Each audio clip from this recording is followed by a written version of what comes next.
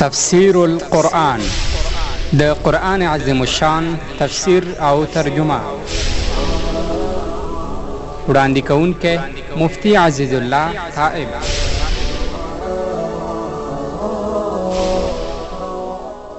الحمد لله رب العالمين والصلاة والسلام على سيد المرسلين محمد وآله وأصحابه أجمعين. أما بعد فأعوذ بالله من الشيطان الرجيم. بسم الله الرحمن الرحيم. يا بني إسرائيل اذكروا نعمتي التي أنعمت عليكم وأوفوا بعهدي أوف بعهدكم وإياي فارهبون. د سورة بقره دو بابونه تر دې ځای پورې الحمدلله چې خلاص شو. نن به دې ځای نه انشاءالله دریم باب شروع کیږي. د دې باب ربط او مناسبت د مخکې باب سره دا دی چې مخکې باب کې الله رب العزت د خلافت او د اسلامی امارت بیان کړو، نو اوس دلته دغه یو نمونه وړاندې کوي چې الله رب العزت په دنیا کې یو ځل بنی اسرائیل ته حکومت ورکړی، اسلامی حکومت و. نو هغه یو وخت پورې خو وروسته بیا ګناهونه شروع کړل، نو الله تعالی ته حکومت هم واخیستلو. نو اوس د دې ځای نه دریم باب شروع کیږي تر 49 نمبر آیات پورې. وَإِذْ نَجَّيْنَاكُمْ مِنْ آلِ فِرْعَوْنَ تر دې ځای پورې ان شاء الله دا یو باب شروع وي. دا دریم باب دی او په دې باب کې چې دی اول خطاب خاص دی، پس ته خطاب عام نه. مخکې خو ټولو انسانانو ته خطاب، اوس یو خاص قوم بنی اسرائیل ته خطاب دی. او په دې باب کې به ان شاء الله 11 امور یا 11 خبرې بیانېږي او 15 نواهی به بیانېږي چې الله 15 خبرونه انسانان منې کوي. او دا رنګه ذکر د درې داسې صفاتونو کېږي، درې صفاتونه به بیانېږي. هغه داسې صفاتونه دي چې په هغې باندې دین بالکل د منځه ځي او دین ختمېږي. چې هغه درې خبرې دا دي: اول اشترا بالدین، چې کله دین په پیسو خرڅوي نو دین باندې پیسې واخیستلې بس دین د ختم کړه. یو. دویم کتمان حق، کله چې حق خبره پټه شوه بس دین ختمېږي. او دریم ترک عمل، کله چې په دین باندې عمل پاتې شو به دین ختمېږي. او درې خبرې داسې دي چې په هغې سره دین مضبوطېږي، دین پې کلکېږي. هغه درې خبرې کوم دي؟ استعانت بالصبر، د الله نه صبر غوښتل. دویم استعانت بالصلات، همیشه د الله نه مرسته غوښتل په مانځه باندې. او دریم ایمان بالآخره، په آخرت باندې ایمان او باور لرل. او دې سره سره ترغیب بیانېږي او تخویف او ډار بیانېږي. الله فرمایي یا بني اسرائیل، اے اولاد د یعقوب علیه السلام. دل بنی اولاد ته ویل کېږي، که نر وي او که ښځه وي، که نږدې اولاد وي او که لرې اولاد وي، خو ټولو ته بني ویل کېږي. نو الله فرمایي یا بني اسرائیل، یا اولاد د یعقوب علیه السلام. اوس بني اسرائیل د یعقوب علیه السلام اولادو. په کار خو داسې ویلو چې یا بني یعقوب، یا د یعقوب علیه السلام اولادو. یا بني اسرائیل یې ولې ویل؟ وایي دی ځکه ویل چې اسرائیل خپله معنا ده د الله عبادت کوونکی، نو په هغې کې د عبادت معنا پرته وه، نو ځکه بني اسرائیل ویل. او الله موږ نه غواړي عبادت. الله فرمایي یا بني اسرائیل، اے بني اسرائیل، اذکروا نعمتي التي، رایات کې زما هغه نعمتونه انعمت علیکم چې کوم نعمتونه ما په تاسو باندې کړي.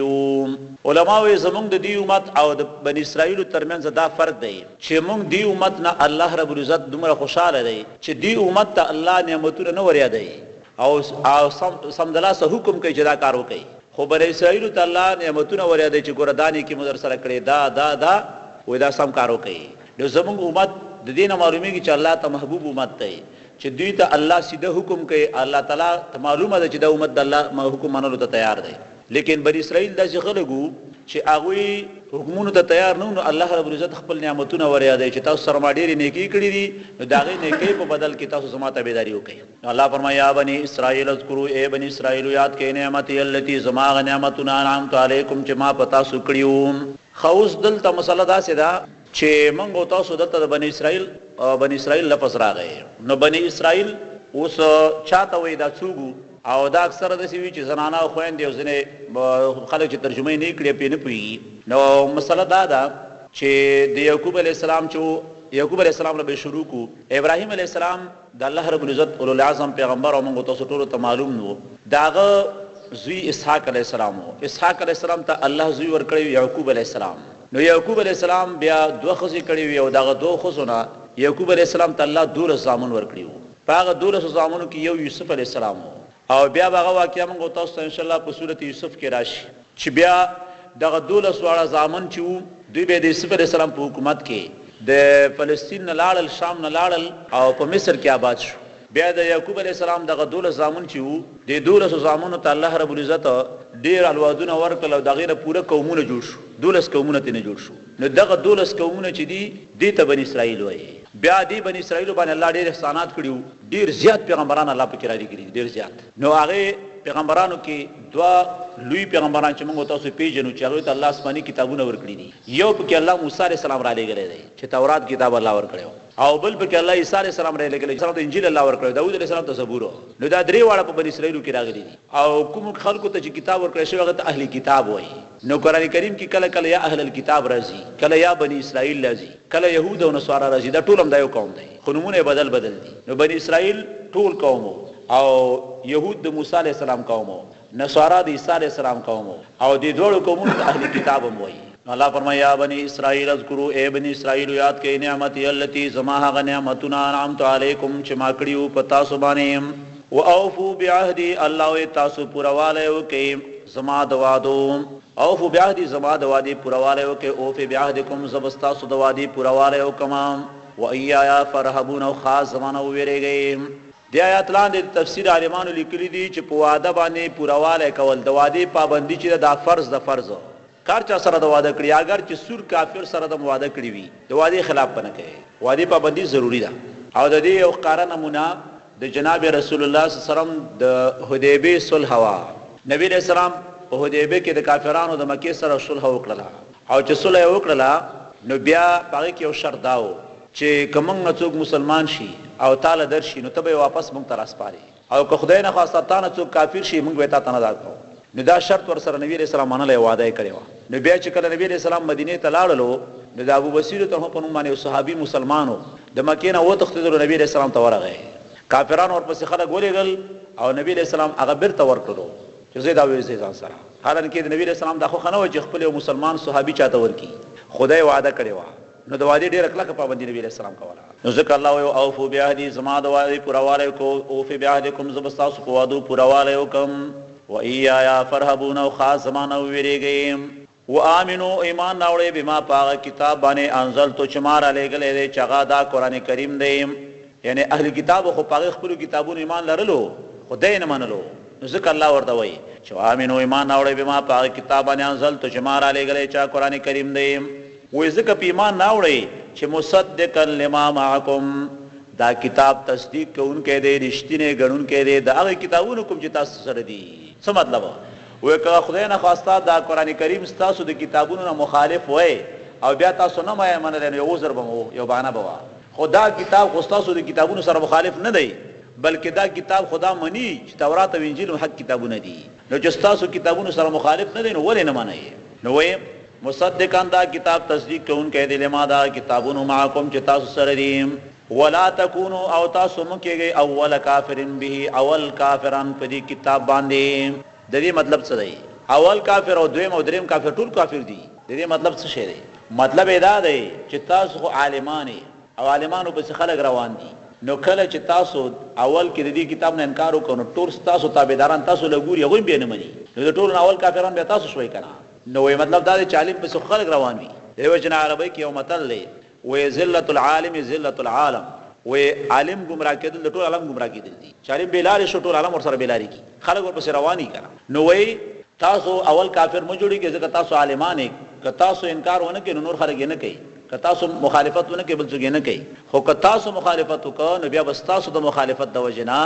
نور خلک هم کافر شي او اولنی کافران به تاسو شي علماء په دې کې یو بل خبره ته اشاره ده هغه دا چې تا چې د ګناه اساس کې خودلو تا چې د ګناه سر جوړ کړو داغه نه پس چې څومره خلک دا ګناهونه کوي ته په کې شامل وي لکه مقصد دا دی چې تاسو اول کافران شو تاسو د وجه نور خلک هم کافر شي نو بیا به نتیجه دار اوزي چې تاسو د وجه څومره خلک کافر کیږي ټول کې ګناه کې تاسو شریک د دې وجه حدیث کې راځي رسول الله صلی الله علیه وسلم فرمایي چې د آدم علیه السلام هغه دوه زامن چې یو حابیل نومې دی بل قابل کیسه ان شاء الله روانه هغه قابل لا پاتې دو حابیل مړ کړلو نو اولنې خونی وکړلو نو نبی رسول الله فرمایي تر قیامت پورې څوک په حق خون کوي وې قابل به دغه په ګناه کې شریکی وې ځکه دا طریقه د جوړه کړه نو هر د ګناه طریقه چې څوک جوړه کی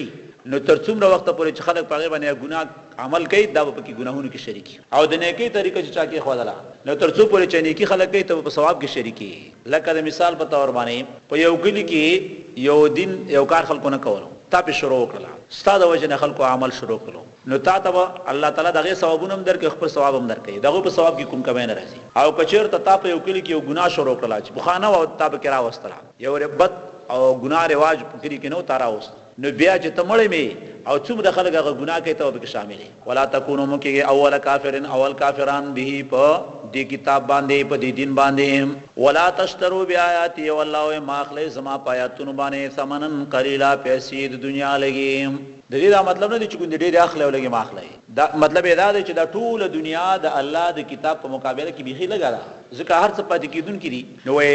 د الله د کتاب مقابله کې پیسې ما اخلي دا خبر الله ولي کوي دا شکارو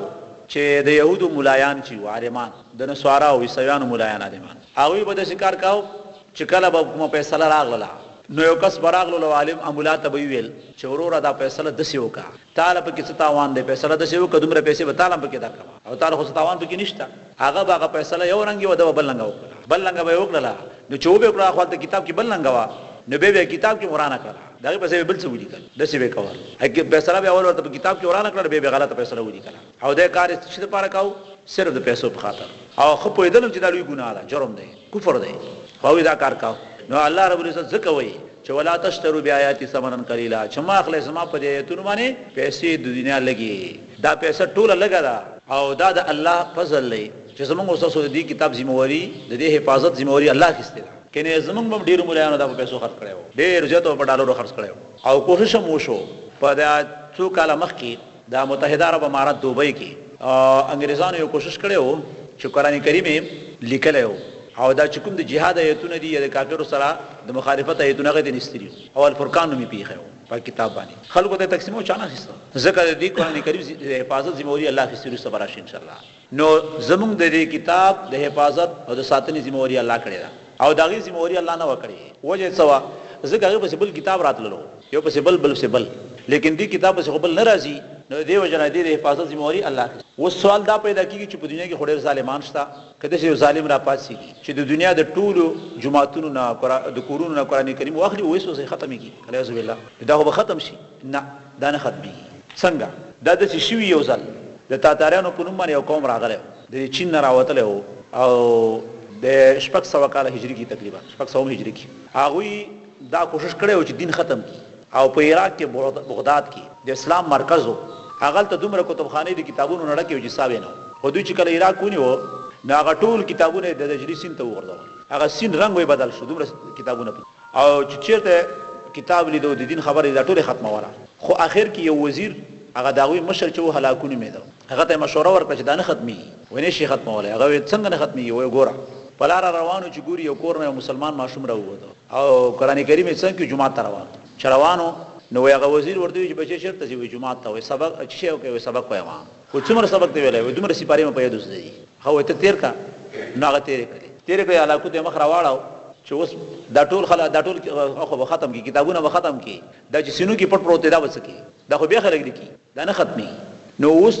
تقریبا دا شل کاله مخ کې یو سروې شوی و نو په ټوله دنیا کې تقریبا د قرآن کریم شل لک کسان حافظانو په یادو شل لک کسان نو دا په یادو چې ستاسو دینه بچو کی دا خو نه ختمي او ته څه پوهیږي چې دا په یادو زده کسان دی دا څه ختمول نشي الله فرمایي ولا تشتروا ما اخلي بیاات سما پیاتون باندې ثمنن قليلا پیسې د دنیا لګي و ايایا فتقون او الله خاص زمانه ویریږي خاص زمانه ویریږي خانو دلته خو اوله خبر راغله چې دین په پیسو نه خرڅي دیو جن حدیث کې رسول الله صلی الله علیه وسلم فرمایي چې چا دینی علم زده کړی وي دینی علم او دا دینی علم د دنیا د ګټلو ذریعہ جوړه کړه دینی علم د لپاره د خلکو نه دنیا په وګړي په ناجایز ناروا طریقه باندې جایز طریقه خو صحیح ده ناروا طریقه باندې خلکو نه پیسې وګټي نبی له سلام فرمایي دا چې سړی چې لم یاره رایحه الجنه و جنت خو پرې د جنت بوی په بسترګونه ګوري او د جنت بوی تر 500 کالو مزل لري رسیږي چې څوک دین دې د پارس لګي چې خلکو نه په ناروا پیسې وګټي دویمه خبره چې وسغه سره دین ته سخت نقصان رسیږي هغه کتمان حق یعنی د حق پټول دي حق خبره چې څوک نه کوي لکه مثال په تور باندې یو ځای کې یو د ظلم فیصله کیږي او یو سړی ته معلومه ده چې دا فیصله خو د ظلم ده هغه چپ خل ناشته وسیم رسیږي نه کوي پورورو د دین به ختم شي حق فیصله به څوک نه پیژني سره پیژني بیا نه نو دې وجنه حق پټول نه دي په کار چې وستر رسیږي الله فرمایي ولا تلبسوا الحق او مپټوي حق او مګړوي حق بالباطل د باطل سلام وتكتموا الحق او مپټوي حق انتم تعلمون او تاسو خپويږئ خدای ته معلوم دي چې دا حق دی د ابو حازم په نوم باندې یو تابعی په مدینه منوره کې تیر شوی دی تابعی هغه چاته وي چې صحابي کتلې وي صحابي کتلې وي نو پرسته زمانو کې د سليمان بن عبد الملک په نوم باندې یو بادشاہ و چې ډېر زورور او ظالم و هغه یو ځل حج تلاړلو بیا د حج نه پس مدینه منوره ته لاړ هلته چې کله لاړ نو دا دلباری مریان ورته راجمع شو هر چا د پیسو د خپاره او د لالچ د پاره شمه به پیژني خلک ورته راتلل کې راستل خدا ابو حازم تابعی رانغه چرانغه نو سليمان بن عبد الملک د خپل کسانو نه پښتنه وکړه چې صحابه خو ختم شوی خو نشته وفات شوی ټوله مدینه کې صحابه نشته خو تابعین نشته هغه چې تابعین کې صرف یو تابعی پاتې دی نور وفات شوی وي خلک ما تراولې نو خلک ورپسې لاړو د ابو حازم تابعی راوستلو چره وستلو نو سليمان بن عبد الملک ورته وای چې دې ربي وفایدا و څنګه وې زه د مسلمانانو بادشاہ یم دلته مدینه ته راغلم ټول خلک زما ستړي مشي ترازی او ترا نغللې او تاسو ما پښتنه ونه کړه ابو حازم تابعی ورته وای چې دا زمره خلک چې تا تراغلي تا سره کارو تاله تموا دې په اړه چې ماته شراکی خو زه تا سره هیڅ تمنه لرم زه تا نه تمنه لرم او دې مسله دا چې تا پیژنم نه چې تاسوږي نو چې د پر راغلې وای څه د پر راغلې وای نو هغه یو بل عالم او بادشاہ هغه عالم ته مخ وړو چې دې څه وای دې حق وای دې سمې خبرې کم د سیدا خبر هم د سیدا د سره استاد تاسو سره څه تعلق چې تا تراغلې وای د سینیک سړیم نه چې تاسو استقبال کړی وای او تا تراغلې وای او نور د هیڅ قسم خپلوي ور سره نشته دې پیژنې دنه څنګه راغلې وای بس ابا سام چپ شو بیا هغه بادشاہ ورته وای چې خلک نصيحت راته وکړه هغه وای چې نصيحت راته وکړو نصيحت باندې تاوان به بدلږي وای نه وای خدای ظلم نه تیر شه او عادل او انصاف کوه نو وی بیا ورته عذابونو بیان وکړو چې د څه عذابونو دی آخرت کې وی هغه بادشاہ وی چې ما ته دا پته وای چې زما زب کوم ځای کې ما دوزخ کې به په جنت کې هغه ورته چې کسترګې نه پټای کنه وای ته معلومه ده ځان سترګې پټای وای څنګه وای دا خو کار الله خبره واضحه کړې ده وای څنګه وای قران کې الله وی ان الابرار لفی نعیم وان الفجار لفی جهنم الله ښکار ویلي دي نیکان په جنت کې او بدعمال په دوزخ کې وي تخپل انتخاب وکړه کوم کې ځان وته چې کوم ځای کې وای بس سليمان بن عبد الملک حیران شو ورته وای چې دا عجیب خبرې دي دا خبره هم مخکې نه اورېدلې هغه دا خبره په خانه دي هوتا ته چا کړې نه وي او زه درته کومه زه د چانه لارې کوم د الله خبره خلکو ته کوم نو که د سي حق خبرې خلکو ته کی نو بیا هغه خلک متوجي کی دا اکثر چې دا په دین کې ورانه جوړیږي دا چې کوم زوراور خلګي هغه چې غلط کارو کوي خلک وایي بالکل ښه کار دی هغه چې دا رښتیا څه روانه ما خو چې کله څوک ورته چې دا مکه بیا پوي چې دا مخالفت شته الله فرمایي ولا تلبسوا الحق مغړوي حق بالباطل د باطل خبر سره او تکتم الحق او حق مپټوي وانتم تعلمون او تاسو خپويږئ چې دا حق دی اوس دریمه خبر الله کوي د دین د مضبوطوالي لپاره دریمه خبر دا ده چې موږ چې په کوم ملک موږ جاری وي ان شاء الله دین به ترقی کوي او کوم موږ د منځلاړلو نبیا دین ته نقصان نشي د دې ښکارا نمونه موږ او تاسو سره څنګه پاکستان دی پاکستان کې ډېر ګناهونه دي بد کارونه دي ډېر بد عملي پاکستان خدای سره جماعتونه آباد دي مدارس آباد دي دین مرکزونه آباد دي دین ورځ پر ورځ ترقی کیږي زموږ اوسو ملک الحمدلله بخانه پر پلرونو نکونه مسلمانان یو خو زموږ ملک دا شی نشته لري دلته دا اوس الحمدلله د خارونو کې دلته گزارش شوی د جماعتونو ډک دي خلک مونږ کوي خو که زموږ د ولسوالۍ تلار شي اطراف تلار شي نو صرف د ماقام جمع په جماعت کې کیږي نور په جمع څوک نه په جماعتونو کې خلک واخر دي په جماعتونو کې خلک د هغه کارونه کې چې د کول نه دي نو هغه جماعت خو الله ګوري او خدای الله کور دی نو الله خو ناراضه کی نو ځکه درهم فیصله نه راځي نو چې کوم ملک مونږ پابندۍ سره کیږي الله درهم فیصله راځي او چې جمعهتونه ډک نو الله فرمایي واقیموا الصلاة مونږ قائم کړي او آتو زکات او زکات ورکړي علماء وې دا دوه خبرې داسې دي چې دا څومره دینونه چې الله راځي په هر دین کې دا دوه حکمونه کړی دي نور دینونو کې خبره بدلې وي احکام بدلو خو دا دوه خبرې د پوخانو د سره روانې دي په ټولو دینونو کې مونږ قائم کړي او زکات ورکړي الله فرمایي واقیموا الصلاة مونږ قائم کړي او آتو زکات او زکات ورکړي ورکعوا الله ويرکو کوي مع الراکعين د رکوع کوونکو سلام د دې مطلب څه دی علماء وایي د دې مطلب دا دی چې دا بیان خو الله تعالی اهلی کتاب ته کوي يهود او نصارا وتا نو وای دا خبر الله څخه وکړه چې يهود موږ کولو خو د يهود په مانځ کې رکوع نه وا نو الله دا حکم وکړ چې اے يهودو که تاسو غواړئ چې الله راضي شي نو په هغه طریقه موږ وکړي چې دا نور خلک رکوع کوي یعنی د اخري زمانه پیغمبر خبره ومني او د تابعداري وکړي په دې طریقه موږ وکړي نو تاسو موږ به قبول شي یو او دویم علماء ځنه علماء د دین دی آیات نه دا مسله دا وستلې ده ځنه عالمانو چې د جمع مونږ بالکل فرض دی و څنګه الله ویلي چې رکوع کې د رکوع کوونکو سره نو رکوع کوونکو چیرته وي په جماعت کې وي کنه ډېر خلک چې راجمع کیږي رکوع کوي نه جماعت کې وي عام جمهور علماء وایي زیات علماء چې جمع واجب ده خو ثابت په سنت باندې ده او ځنې علماء جمع سنت تا ځکه حدیث کې رسول الله صلی الله علیه وسلم فرمایي چې لا صلات لجار المسجد الا فی المسجد و چا چې کور جمعه سره نږدې وي داغه موږ د جمعه بغیر بالکل کیږي نه جمعه ته وځي نو هغه ته کسړی وګوري او بل حدیث داسې د نبی علیہ الصلوۃ والسلام او یو ځل صحابه ته بیان وکړ وې زړه مغواړي چې جمع ته بل څوک مخکې کما او زلات شمه چې هغه خلکو کورونو ته ور واچوما چې کوم خلک جمع مانځه ته ناراضي نو دومره سخت خبرې چې کړې دي نو خو دینه معلومیږي چې جمع واجب ده لیکن کوم عالمان چې وایي چې سنت ده هغه وایي چې وجه دا د چډیرو عذرونو کې د جمع اجازه پر خودو اجازه راغلی ده لکه مثال سخت باران کې او سخت باد کې یا مثال د مرستیا په حالت کې یا د ډار په حالت کې د چډیرو عذرونه دي نو د عذرونو کې پر خودو اجازه راغلی ده نو که واجب یا فرض وای نو بیا خود مر اجازه پکې نه راتله خو ډیر زیات کوشش کول پکار چې سره جمع کې شریک شي الله فرمایي واقیم الصلاۃ من قائم کوي واتو زکات او زکات ورکیم ورکعوا رکوع کوي مع الراکعين د نور رکوع کوونکو سلام خو تر دې ځای پورې هغه درې خبرې بیان شوې چې په هغه سره هغه دین ختميږي ورانيږي علیه بالله هغه درې خبرې کومې وي یو چې کله په دین باندې پیسې اخیستل شروع شي دویم چې کله دین پټول شروع شي او دریم چې خلک په دین باندې عمل نه کوي بس به دین د منځسي اوس درې خبرې الله نور بیانوي چې هغه سره دین مضبوطیږي چې تاسو لمه چې یو موږ کې ول هغه د مخکې آیات کې بیان شو او ورسته نور صبر بیان ورسته راځي الله فرمایا تأمرون الناس بالبر اے تاسو خلکو ته امر کوي د نیکۍ وتنسون انفسکم او تاسو هیروي خپل ځانونه وانتم تتلون الكتاب او په داسې حال کې چې تاسو وایي کتاب اے وې بل ته مسلې کې چې را پدې شي کې دومره ثواب دی دومره ثواب دی او په خپل نه کوي او تاسو کتاب مو وایي خپويږم ثواب باندې خو ته خپويږي دیو جناب موږ خپل استادانو ویل چې کوشش بدا کوي چې چاته چې دیو نیک عمل امر کوي په خپل ولو کا چې په خپل یو کې نو خو ته ثواب ملو شي او خلک هم پوښي چې دا کې ثواب دی او کته نور خلکو ته وایي په خپل عمل نه کوي نو بیا خلک وځي دا علیه بلا دروغ وایي او اوس خو خلک ډیر زیرک دي او خيار دي خلک اوس چا خبرو ته ډیر نه ګوري خلک د خلکو عمل ته ګوري چې عمل څنګه دی نو اول خپل عمل سم کا او بیا خلکو ته وایا ان شاء الله چې کار وکړي عالمانو د دې دا مطلب نه دی چې خپل عمل نه کوي خلکو ته مو وایا دا مطلب هیڅ کلم نه دی وې درې شیان په موږ باندې لازم دي یو دین زده کول بل په دین عمل کول بل دین خلکو ته رسول دا درې وړه لازم دي اوس کچا درې وړه وکړ خو ټوله غاړه اخلاص ده کچا دین زده ک عمل په وکړ بل چاته ونه ویل نو یو ګناه په پاتې شو او کچا دین به زده نه ک عمل به شيو کی نو بیا هم ډیر ګناګار دی حدیث کې رسول الله صلی الله علیه وسلم فرمایي وې په دوزخ کې به جهنم کې به وسړی وي وې کلمې به راوتلی وي کلمې به راوتلی وي او د خپل کلمونو په ور کې د تاویږي را تاویږي لکه وې لکه د غوي چې هغه تاویږي یا مثال هغه ارټ نه چې غوي تاویږي داسې ارټونه کې چالي دی یا غوبل کې چې هغه دی غوین داسې به تاویږي را تاویږي د خپل کلمونه کلمې به راوتلی چغې به وي و ټول دوزخان باغ ته راجم شي دوزخان به ورته چې دا ولي ته خو ډېر خسړې وي ته خو موږ ته دین بیاناو و هغه ټول هغه ورته وي چې دا خبره سیده ما به تاسو ته دین بیاناو خو په خپل عمل نه پکاو سما دا سزا ده چې خلکو ته ویل خو خپل عمل په نه کاو دا سزا ده الله فرمایا تأمرون الناس آیات تاسو امر کوي خلکو ته ویل ور په نیکو کارونو باندې وتنسون انفسکم تاسو هیروي خپل ځانونه وانتم تتلون الكتاب او تاسو وایي کتاب افلا تعقلون آیات تاسو کې دومره عقل او پوهه نشته دیم اوس هغه دویمه خبر الله بیان چې دین په مضبوطی الله فرمایي واستعینوا بالصبر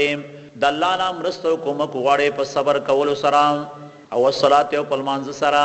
دلته الله وای چې په صبر سره د الله نه کوم کوغاړې وای ځکه څنګه اوس د دین ټول د صبر نه جوړ دی صبر نه څنګه وای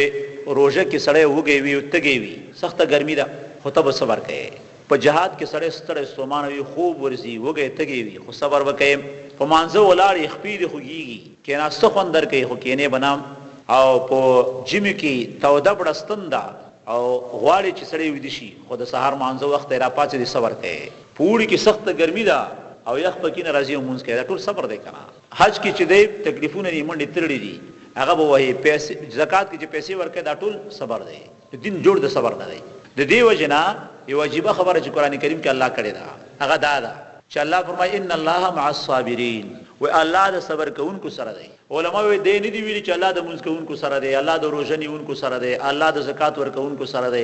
الله د پلان دی نه دی ویلي الله دا ویلي چې الله د صبر کوونکو سره دی مرګره دی وای دا ولی وای ځکه ټول دین د صبر نه جوړ دی خو بیا علماء چې صبر په درې قسمه دی یو صبر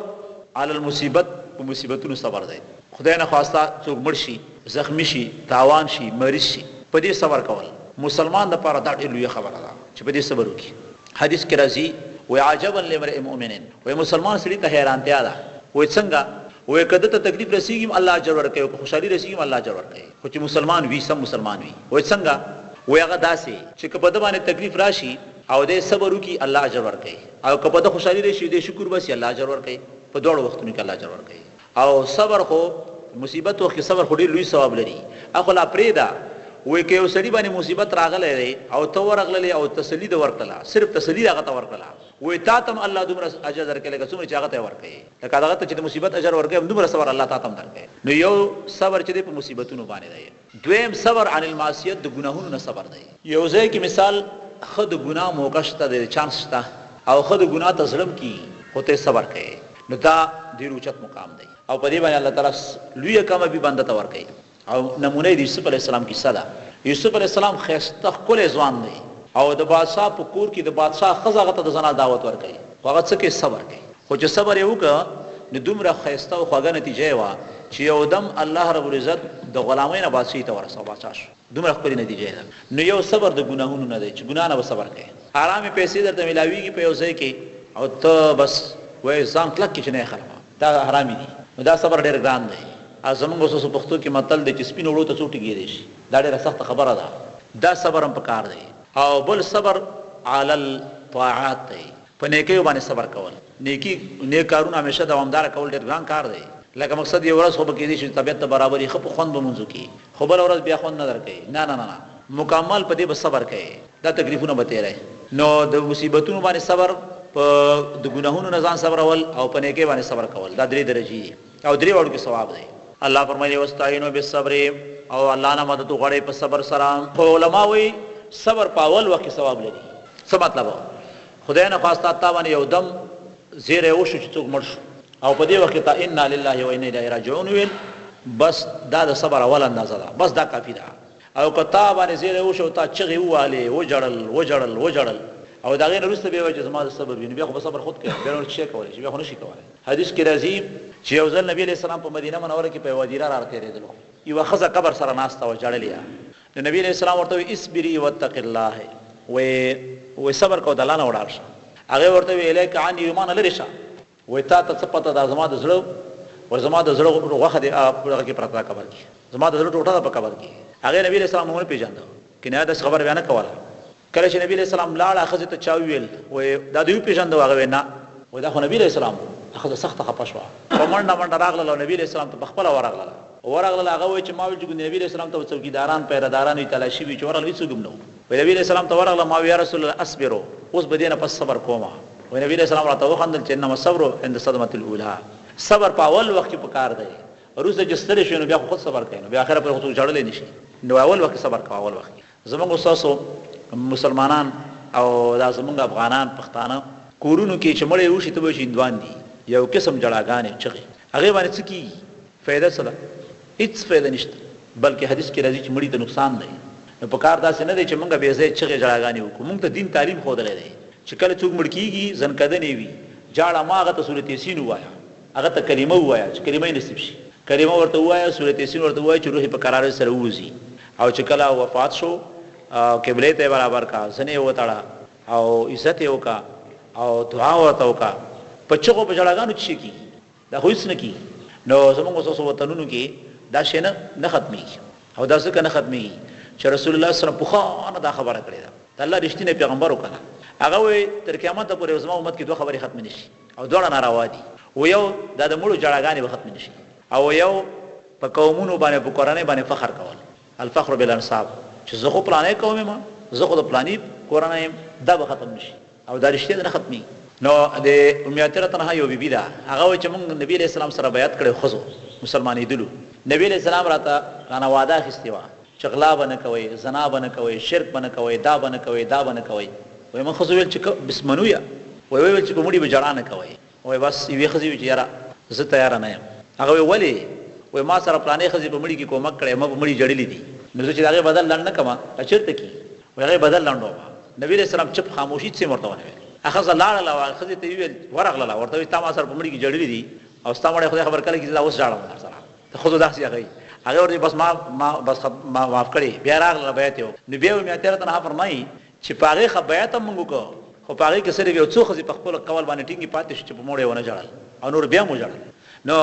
دا د خزو یو عادت جوړ شوی دی او ځنه کې خودم مرکلک رواج دی چې بیا خلکو پورې خان دي چې په مړی څوک ونه جړی کنه وای مړه غریب د سیخه څوک یې جړام نو چې په جړلی وای او چې د خوشتبیته د پاره وای په خاطر د هزارګانو کې مړی شو نو وای جړی څوک نو به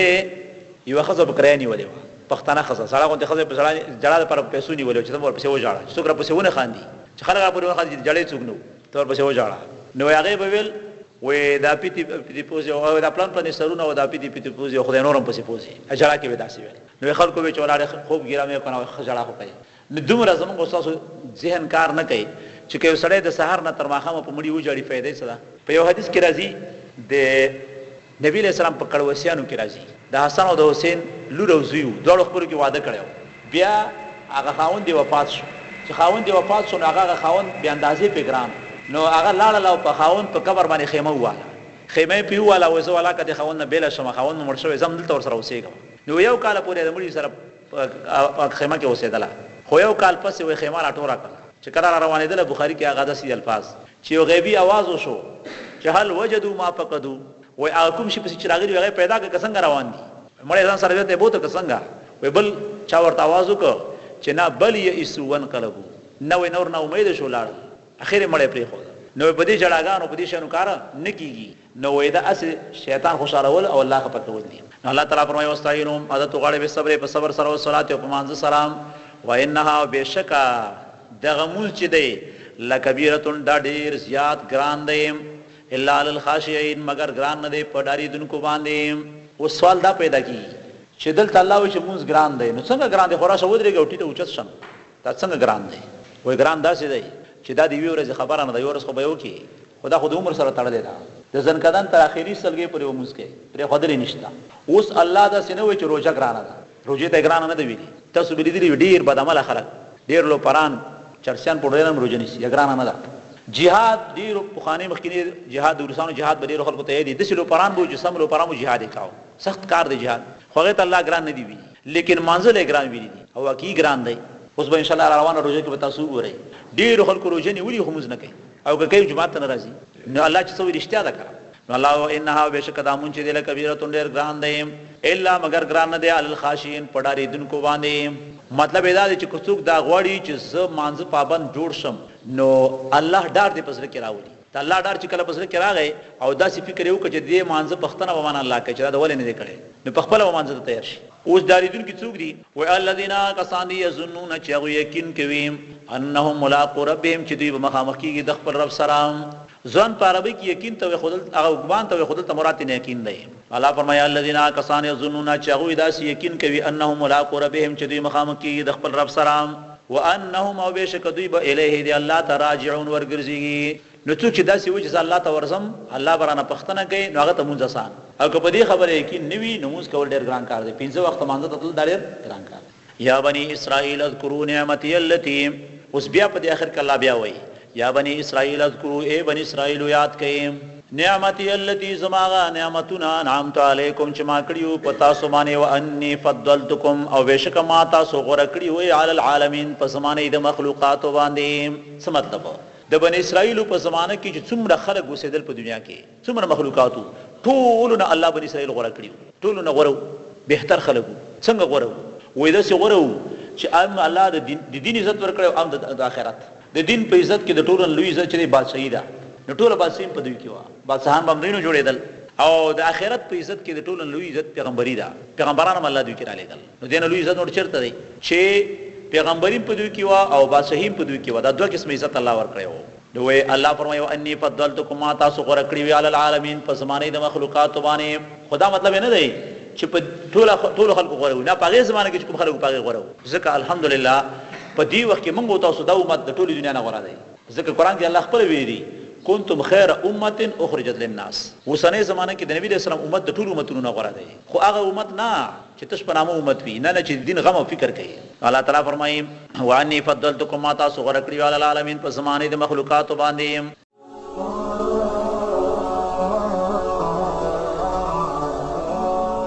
تفسیر القرآن د قرآن عظیم الشان تفسیر او ترجمه وړاندې کوونکی مفتی عزیز الله طائب.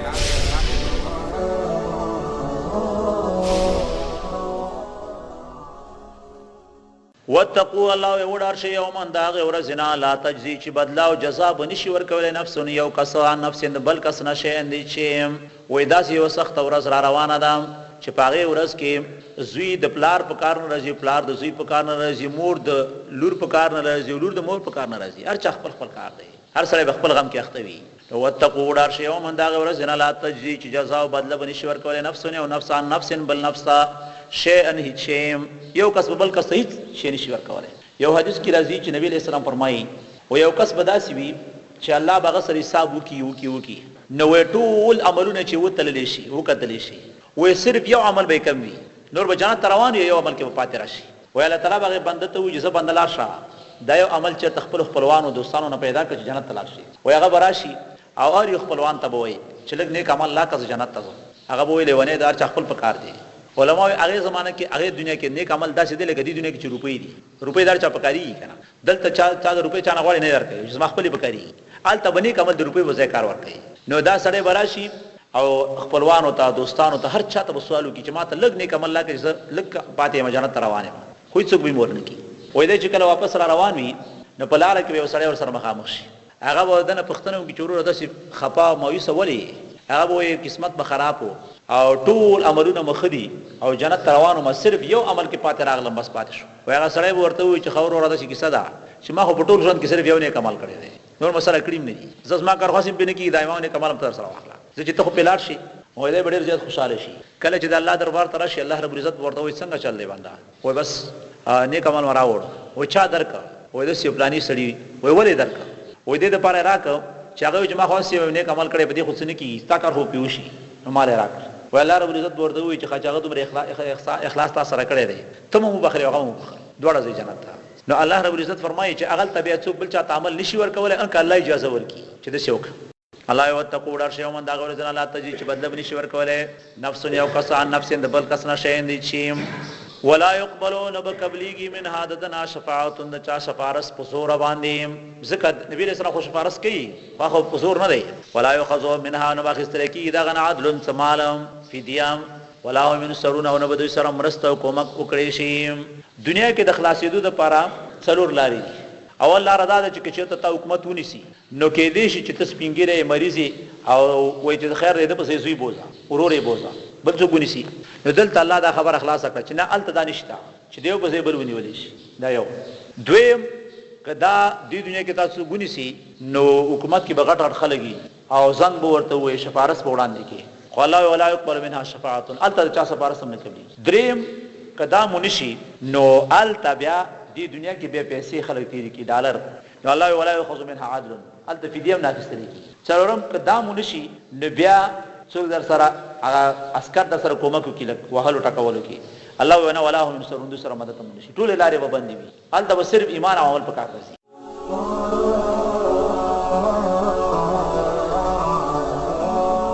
تفسیر القرآن د قرآن عظیم الشان تفسیر او ترجمه وړاندې کوونکی مفتی عزیز الله طائب.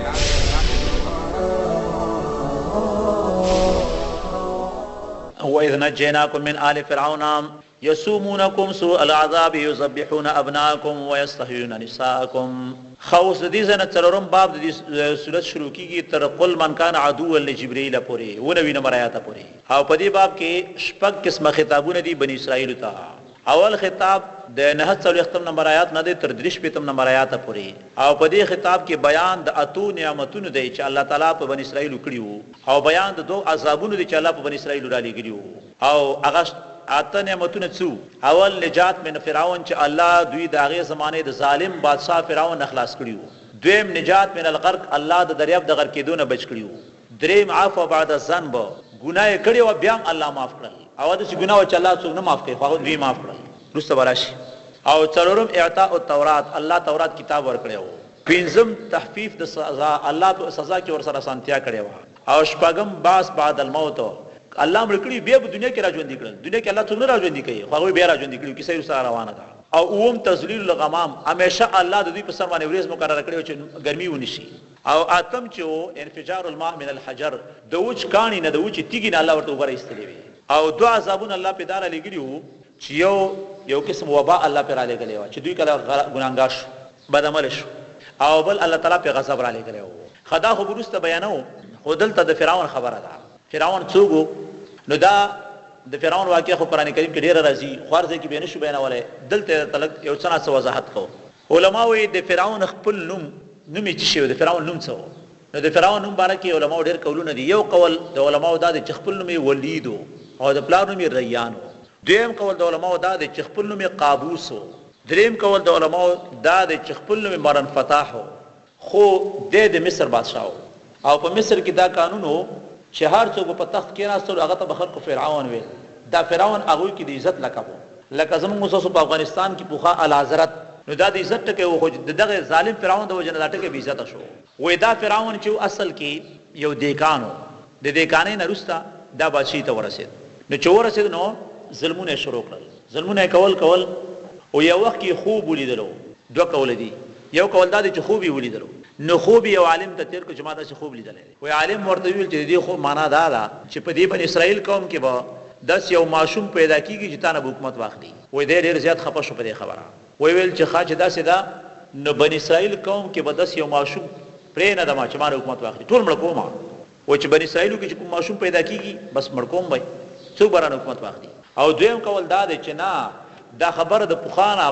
په مصر کې مشهوره وا چې یو ظالم بادشاہ پیدا کیږي او هغه کې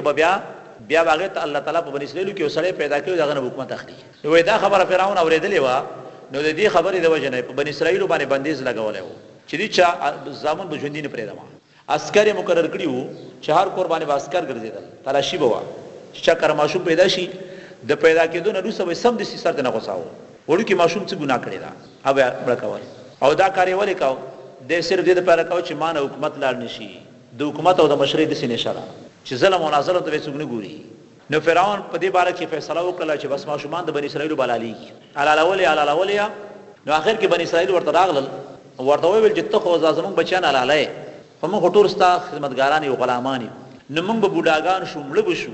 ته به د خدمت پچا کوي زمونږ الواز خو ختم کړ او فرعون ته چا دا نشو چې ته مړ کیږي ځکه خو خلکو ته خدای او دا خدای دې چې ورته راکول شي نو بیا هغه ویل چې خو څه وکما وزیرانو سره مشوره وکړه وزیرانو ورته ویل چې د سکال کوي چې یو کال مړ کوي یو کال پرېدا دا ماشومان یو کال مړ کوي بل کال پرېدا کمکلی پیسې خلک کوي کنه دا دغه زمانو کمکلی نه ودی زمانو مو یو کورونا کې ورځ دوی بل ورځ مزه نو په هغه ورځ باندې مرز راځي په بل ورځ باندې راځي یو ورځ بازار خلاص بل ورځ بند هغه هم د خبره هغه ویل چې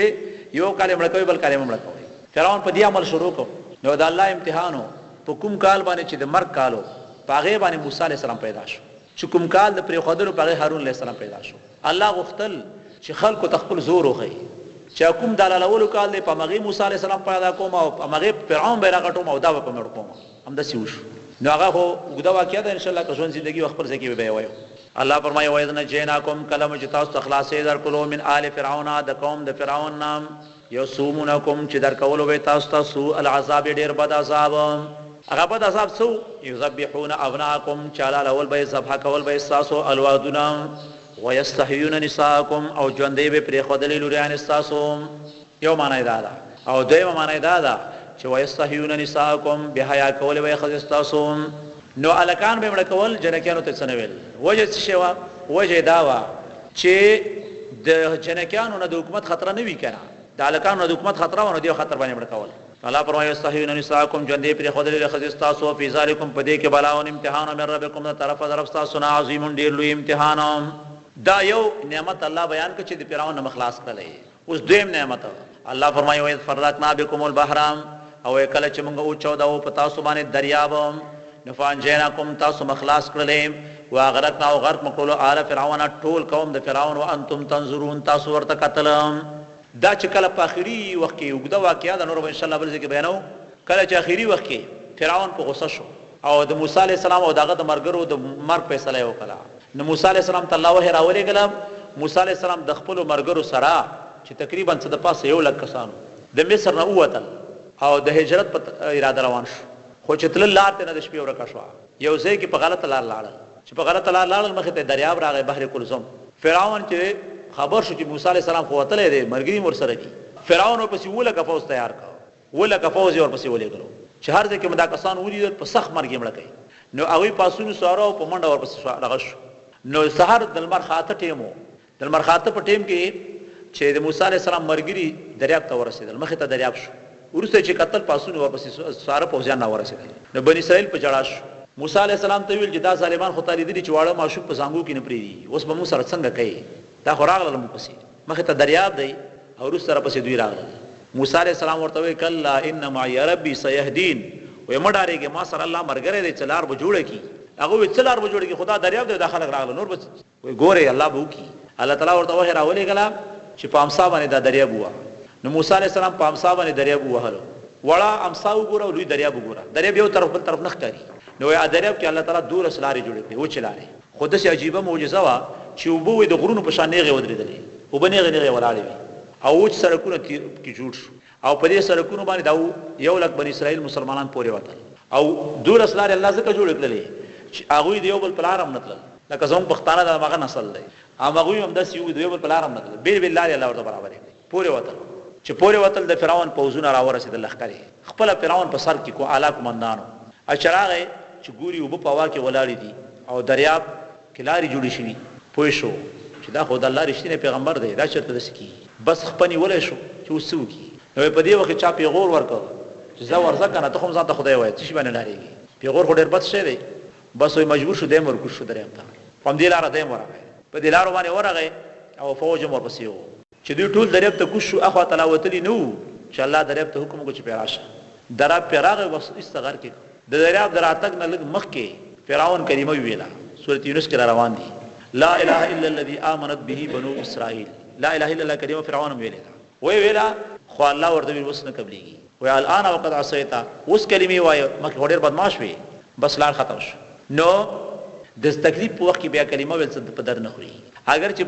زموږ مسلمان امت کې یو کس تېر شوی دی هغه چې فرعون مسلمان دی اخر کې کلمه ویلې ده خو هم جمهور خلک وایي چې نه کافر و نو الله وایي فرقنا بكم البحر الله وایي کله چې موږ وچاو په تاسو باندې دریاب نو فانجیناکم تاسو مخلاص کړلې و اغرقنا او غرق مکړو آل فرعون ټول قوم د فرعون وانتم تنظرون او تاسو ورته قتل دا قتل چې دا د خوشحالۍ خبره و چې دشمن ستا په مخ کې غر کې سړي ته خوند ورکوي ځکه دوی واړه واړه بچیان یې مړه کړي دا دوه نعمتونه شو دریم نعمت الله فرمایي وایي وعدنا موسی کله چې موږ وعده وکړه کله چې موږ وعده کړی و د موسی علیه السلام سره 40 لیلة د 40 شپو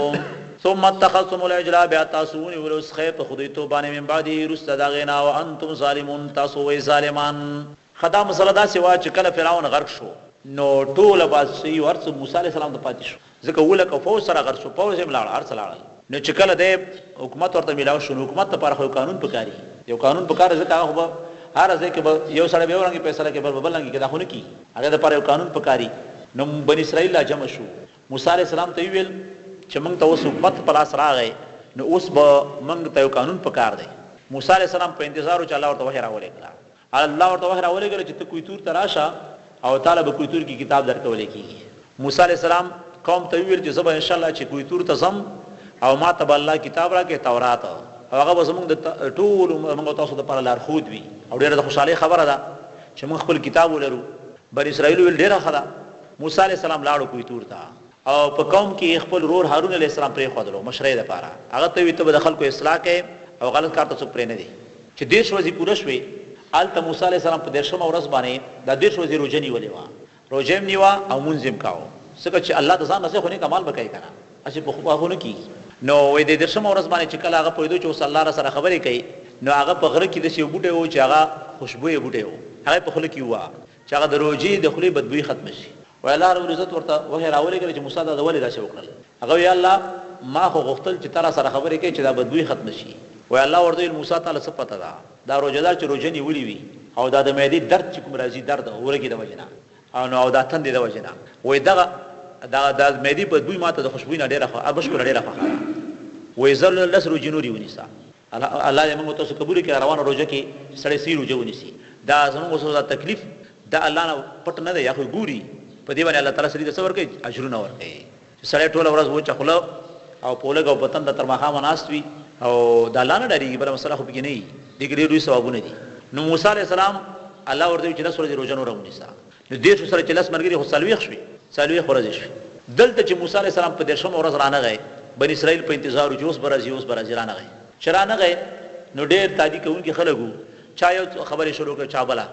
یو سړی په کې سامری نومې دا خپل نوم دغه موسی خو په سامری مشهور ازرګرو هغه را پاسېدلو او هغه د سرو زرو نه یو څخه جوړ کړ سره زر د خلکو ته وی چې تاسو سره زر تاسو پیراون راوړي دا وګرځوي هغه وګرځول او داغه نه یو څخه جوړ کړ او څخه کې د یو پراغو د پرې خدلا چې بعد درګېدل څخه به आवाज کاو چې आवाज شروع کړ بس سامری خلکو ته ویل وای موسی علی السلام خو وای خدای په سکو تور ته تل علیه بالله اوس خیر خدای راغله په دې څخه کې نه وته دی بس د څخه عبادت خلکو شروع کړ موسی علی السلام خبر نو الته په تور کې په انتظارو څلو ختم ورځ الله رب العزت ورته کتاب ورک تورات خو موسی علی السلام ډېر خوشاله شو پتا دی روان شو موسی علی السلام ته الله وایي څنګه پتا دی روان شو الله بس خوشالي ده کنه کتاب زرا کوي خبر نه هغه نه استاد کوم ګمرا شوی دی هغه د څخه عبادت شروع کړي بیا چې موسی علی السلام راغی نو اول خپل ورور هارون علیه السلام ته ډېر غوسه و چې ته ماولي پرې خوي چې څه پرم پرې خوي هغه یو ورور تاسو چې ویډیو مټول کړی دي خدا خلک نه سمېدل د مرګ اجازه تا راکړې نو جنگ ور سره کړی وای او نو په خبره سمېدل نه بیا موسی علیه السلام د الله نه معافي وغوښته دی آیات کې هغه طرف ته اشاره ده الله فرمایي وای وعدنا کله چې موږ وعده وکړو موسی علیه السلام سره 40 لیتن د 40 شپو په کوی تور کې ثم اتخذتم العجل وبیا تاسونی وسخه په خدای توب سره من بعده رستد موسی علیه السلام د تلنا کوی تور توانتم ظالمون تاسو وې ظالمانو نو د سخینه ځان تاسو خدای جوړ کړ خو ګوره د آیات ولر د څه کم کړلو چې کوم دی چې داسخه خدای دی دا خبره خو نه کوله دومره خو په د انسانانو هغه شیطان یو بل مفکوره ذهن ته ورواچو بل فکر ورواچو د سی وردوی چې خدای راغله په دې کې نه وته دی ته حلول وای حلولیا نو الله په دې کې نه وته لسب الله نو په دې کافر کړل او که څوک چې دا غوندي نشته وسم په هندستان کې تاسو وګورئ د غوا څومره قدر کیږي انسان نه که انسان مړ کی موټر د انسان وهلو دومره جرم نه دی که غوا دی وهلا ډېر لوی جرم دی وسم هغه د غوا عبادت کوي حتی چې بیا د بیماب چې د غوا ته شي میتیز کی او چې څوک هندوکیږي هغه به د غوا په غوښیانو باندې لري نو دا غوي دین دی الله تعالی فرمایي ثم اتخذتم العجل بیا تاسو ونیول اسخه په خدای توب سره مې بعدي رستد تللو د موسی علی السلام نو انتم ظالمون او تاسو وې ظالمان دا وسغه څلورم نعمت الله بیانې چې عفو بعد ذنب چې د ګنا نه پس مم تاسو معاف کړلې او دا کومه ګنا وا دا شرک او شرک الله نه معاف کوي اچاته نه معاف کوي خودی ته معاف کړي الله یسمع عفونا عنکم بیا تاسو معافي وکړه من بعد ذلک دین رسول الله تشکرون دې د پاره چې تاسو الله شکریا ادا کړئ و اذا اتینا موسی الكتاب الله وکړه چې موږ ورک موسی علی السلام ته کتاب چغا تورات والفرقان کتاب فرق اونکه د حق او د باطل ترمنځ لعلکم تهتدون دې د پاره چې تاسو په سم او سیده لار روان شئ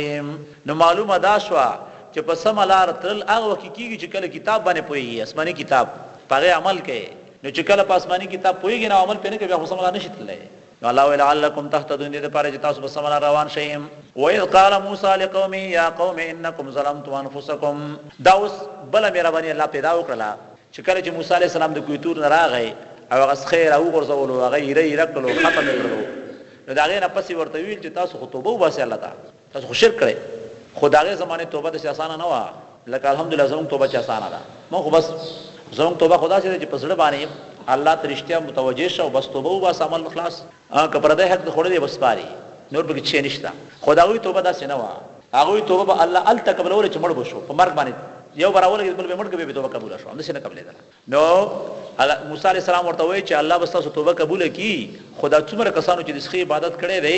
دا ټول را پاسې یو بل اوجنای بیا په مرګ باندې توبه قبلي نو زنو تفسیرونه لیکلي دي چې هغه راول کې د یو بر سره جنگ او 1000 کسان پکې مړ شو دا غیر پس بیا الله راول کې ځان ور معاف دي نور معاف شو او ځنه علماء لیکلي دي چې نه چې دوی جنگ ته تیار شو بل باندې توري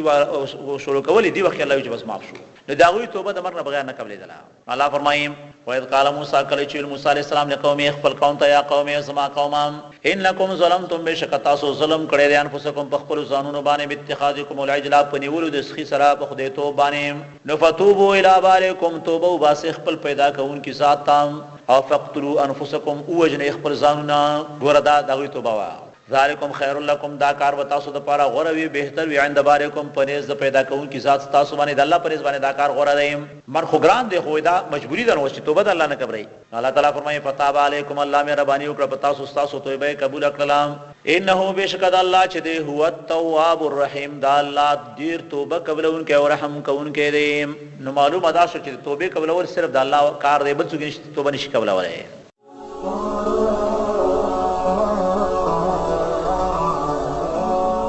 تفسیر القرآن د قرآن عظیم الشان تفسیر او ترجمه وړاندې کوونکی مفتی عزیز الله طائب.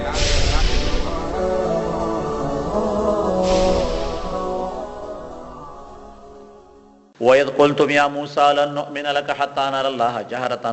دا اوس یو بل واقعي طرف ته الله اشاره کوي. کیسه دا سیوا چې یو ځل بنی اسرائیل موسی علیہ السلام ته ویل چې دا تا چې کوم تورات راوړی دی ته وایې چې دا ماته الله راکړی دی. په دې تورات کې خو ډېرې ګرانې خبرې دي، دا کارونه هم موږ د لاسه نه کیږي او دې باندې زموږ باور هم نشته چې دا ګوندې الله را لېږلی دی. موسی علیہ السلام ورته وویل دا څه وایې تاسو، دا د الله خبرې دي، په دې کې شک شبه نشته دی او دا ماته په خپله په کلتور کې الله ویلي دي. وایي تا ته خو به ویلي خو تا په ویلو موږ باور نه کیږي، موږ چې وانورو موږ یې نه منو، موږ هم ځان سره بوځه چې موږ یې واورو دا د خدای خبرې. موسی علیہ السلام وایي ښه صحیح شو نو. وایي زه 80 کسان مشران را جمع شئ د قوم او غسل وکړئ، پاک ولام به پاکې جامې واغوندئ، روژې ونیسئ او ذکر اذکار شروع کړئ. زه چې لاړ شو نو د خپل قوم 80 کسان مشران ځان سره ملګري کړل، روژه په خوله باندې روان شو، کویتور ته یې بوتلل. کویتور غره ته چې لاړل د الله په قدرت باندې اسمان کې سپینه ورېځ راغله. هغه سپینه ورېځ چې راغله دوی سر ته راورسېدله. د ورېځې نه غیبي خبرې شروع شوې، د الله رب العزت خبرې. موسی علیه السلام بني اسرائیلو ته وایي دا خبرې اورئ، وایي دا د الله خبرې دي، دا دي که نه. هغه وایي خبرې خو اورو خو چې څوک ورې الله په ښکاره نه لیدلی موږ یې نه منو. بس په دې خبره الله په قهر شو. الله پې د اسمانه تندر راوغورځاو، ټول یې ختم کړل چې تاسو دومره غټ خلک چې اوس الله تاسو ته ځان ښیي. دا د الله د دوستانو خبرې دي. کنې موسی علیه السلام چې ځان سره 80 کسان سړي بیایي او الله ورسره خبرې کوي، دا ډېر اوچت مقام دی. خدا پیغمبر ته الله ورکړی موسی علیه السلام ته، الله چا سره خبرې چېرته کوي. خو د موسی علیه السلام د برکت نه او د هغه د دعا د وجې نه 80,000 کسانو دوی سره خبرې شروع کړلې. موسی علیه السلام 80 کسان او دوی ټول ورسره خبرې کولې خو دوی ونه منلې. الله رب العزت په تندر راوغورځاو، ټول یې د مخې مړه کړل. موسی علیه السلام بچ دوی مړه شو. چې کله ټول مړه شو موسی علیه السلام حیران شو. الله ته وایي الله دا څه وشو، دا خلک ټول زما د قوم هغه مشرانو دا لا پکې ښه دا هغه سرکرده خلک راټول کړي، د کار سړي مې راټول کړي چې د پوهې خلک وو، دوی داسې خبرې وکړلې. دا د راته مړه کړل، هغه نور بلا څنګه وي، هغو سره به څنګه ګزاره کوم. نو یو خو دا مسله شوه او دویمه مسله دا ده چې دا چې دوی ټول مړه شو زه ژوندی لاړم نو خلک وایي چې تا مړه کړي دي، بیا به څه کوم. نو وایي الله ته خو ستا سره خو څه کمی نشته دی، دا خلک را ژوندي کړه تا چې زه کوره پورې ورسوم بیا کې مړه کوي بیا هلته مړه کړه. د موسی علیه السلام په دعا باندې الله بیا را ژوندي کړل. په دې صورت کې تقریبا 20 ځایه داسې کیسې راغلي چې الله پکې مړي را ژوندي کړي دي. او د دې دپاره موږ ته بیانوي چې موږ په قیامت باندې یقین او باور وکړو چې ګوره مرګ نه پس تاسو هم را ژوندي کولی شي، چې زموږ په دې خبره باندې یقین وشي چې مرګ نه پس بیا ژوندون دی او حساب کتاب دی او بیا به څوک دوزخ ته ځي څوک به جنت ته ځي. د دې لپاره بیانېږي. نو دوی الله بیا را ژوندي کړي د موسی علیه السلام په واقعه باندې دعا باندې را روان شو، کور ته راغلل. نو چې راغلل موسی علیه السلام ورته په لار کې وایي چې ګوره چا درنه پوښتنه کوله تاسو به ورته ووایئ چې موږ د الله خبرې اورېدلې دي او دا تورات چې رالېږلی دا د الله خبرې دي. دوی ویل ډېره ښه ده. چې راغلل نو خلکو ته نه پوښتنه وکړه، قوم خو ټول دوی ته په انتظار و. چې راغلل قوم خلکو ورته ووایي دا څنګه خبره وه، تاسو د الله خبرې واورېدلې؟ دوی وی او بالکل وام اورېدلې. وایي څه درته ویل؟ ویل چې دا تورات چې د اسمان کتاب دی او په دې کې دا حکمونه ټول ما درکړي دي. خو په آخر کې دا خبره ځان ورسره زیاتي کړه چې کامل پې کوئ وایي که نه مې کوئ دی ورسره وایي. بني اسرائیل دي که نه، موږ ورته چې موږ افغانان اکثر بني اسرائیل دي، هغه سمې خبره نه کږه جوړه کړي. نو هغه خبره الله تعالی بیانوي. الله فرمایي وَإِذْ قُلْتُمْ کله چې تاسو ویل یا موسی چې موسی علیه السلام لن نؤمن لک موږ هېڅکله باور نه کوو په تا باندې حتی تر دې پورې نار الله چې موږ وګورو الله تعالی جهرتن په څرګند او په ښکاره باندې. نو فاخذتکم الصاعقة تاسو ونیولې تندر در باندې را پرېوتلو وانتم تنظرون او تاسو ورته کتل. ثم بعثناکم بیا مو تاسو را پاسولې را ژوندي مو کړئ من بعد موتکم پس مرنا په دعا د موسی علیه السلام باندې لعلکم تشکرون دې دپاره چې تاسو د الله شکر ادا کړئ. خو شکر ما ادا نه کړو نو وظللنا علیکم الغمام. دا اوس بل نعمت الله بیانوي، بله واقعه ده. دا داسې یو کار و چې کله چې موسی علیه السلام الله رب العزت مصر حکومت ورکړ، فرعون غرق شو. څه موده پس الله حکم ورته راولېږلو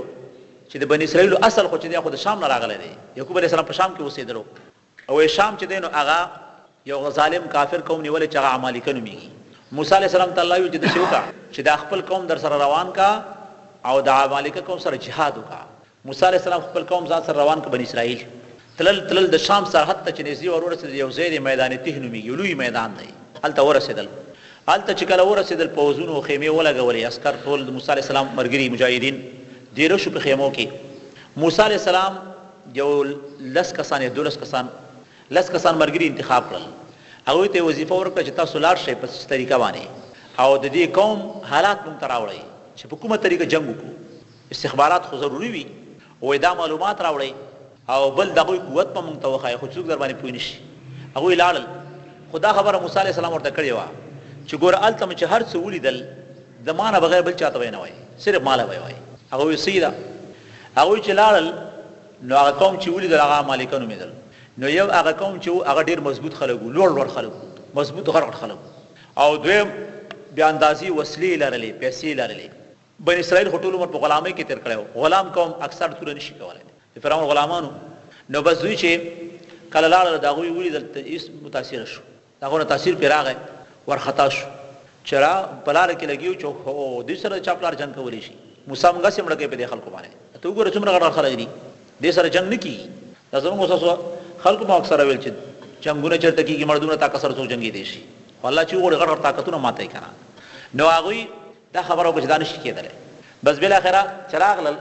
نو موسی علیه السلام ته خبره ونه کړله، ټول لاړل او پټ پټ خلکو ته قوم کې خلکو ته ویل چې د موسی علیه السلام خبره نه منو، دا خو هسې موږ مړه کوي، هغه ډېر طاقت خلک دي، هغه سره جنګ چېرته کېږي. صرف 2 کسانو دا موسی علیه السلام ته دا راز ویل، بل چاته یې ونه ویل. هغوی پابند شو، دا نور پابند نه شو. نو په دې وخت کې دې قوم د جهاد نه انکار وکړو چې موږ جهاد نه کوو. دا وروسته بل صورت کې راشي. موسی علیه السلام ډېر خفه شو، ویا الله وایي زه خو مالک نه یم مګر د خپل ځان او د خپل ورور. ویا الله زما ورور مو په واک کې دی، خپل ځان مو په واک کې دی. وایي که موږ جهاد یې موږ یې کوو او دا قوم راسره نه ځي نو. هغوی ورته وایي اذهب انت وربک فقاتلا انها هناک قاعدون. موسی علیه السلام چې ډېر د جهاد زور ورکړ، هغوی اخر کې ورته وویل وایي که تا باندې ډېر زور کړی وي تا ورور د سره جنګونه کوي موږ نه ځو. موسی علیه السلام ډېر خفه شو، وایي الله دا خو زما خبره نه مني. الله تعالی ورته وایي چې دا خو ستا خبره نه مني، دوی په دې تمه دي چې ګوندې کور ته ولاړ شي، کور به رانه په سترګو ونه ګوري او په داسې عذاب یې مبتلا کړمه چې ارمان کې به پاتې شي. نو بیا یې همداسې وشو. د میدان تې نه به دوی روان شو، کورونو ته به راتلل. مزل به یې وکړو چې ماښام به شو، شپه به شوه، ویده به شو. چې ویده به شو چې سهار به راپاڅېدل بېرته میدان تې کې وو، هماغه میدان تې کې وو. بیا به مزل وکړو، بیا به عمل ته عمل ته الله ایثار کړ. 40 کاله هلته پاتې شو. خو هغه میدان چې و په هغه میدان کې اوبه نه وي، خوراک نه و. نو موسی علیه السلام ته دوی راغلل چې موسی اوس خو دلته راګیر شو، دا د خوراک په څه چل کوو، موږ خو وږي یو، خوراک نظام راته وکړه. نو الله رب العزت ورته غیبي د خوراک تنظیم وکړو او ګرمي ده وایي، دواړه تنظیم الله وکړل. هغه څنګه دي ګورئ. نو الله فرمایي وظللنا علیکم الغمام، وایي سورې مې کړو په تاسو باندې د ورېځې. اسمان کې ورېځ راغله، د دوی په سر به همیشه ورېځ ولاړه وه، دا سورې شو. وانزلنا علیکم المن، وایي راوملېږل په تاسو باندې ترنجبین والسلوا او مړزان. سره کړې غوښه د مړزانو به راتلله. د مړز غوښه ټولو نه خوږه وي، ګران هم ده، تیار به ورته سره کړي مړزان راتلل. او ځینې علما وایي چې نه مړزان به سیلونه راتلل، الوتل به دوی به رانیول پخول به. او ترنجبین چې دی دا یو خوږ غوندې نعمت دی، دا زیتون یا خونه چې ورته وایي، خونانو باندې سپین غوندې خوږ غوندې شی دی، پرېوځي اوس هم پرېوځي سپین غوندې، د حکیمانو سره ملاوي. دا الله ورته رالېږل. الله ورته ویلي کلوا خورئ من طیبات ما رزقناکم، د پاک هغه رزق نه چې ما درکړی دی. وما ظلمونا، الله وایي دوی په موږ ظلم نه وکړی.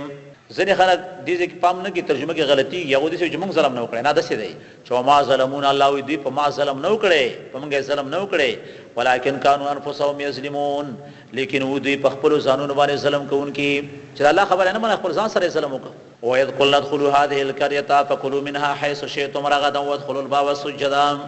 دا اوس یو بله واقعه ده. همدغه کوم قوم چې و چې دا 40 کاله جهاد ونه کړ، په دې کې بیا موسی علیه السلام وفات شو، ډېر خلک پکې مړه شو په خپل مرګ باندې. نو بیا د 40 کالو نه پس بل پیغمبر پکې الله راولېږلو. هغه پیغمبر ته الله ویل چې اوس د قوم ته وایي چې جهاد وکړي. نو بیا هغوی تیار شو، جهاد یې وکړ. چې جهاد یې وکړ، هغه ملک یې ونیو. خو چې ملک یې نیولو نو الله تعالی ورته وحی راولېږله چې دا ملک چې نیسئ، ګوره چې ملک ته ورننوتلی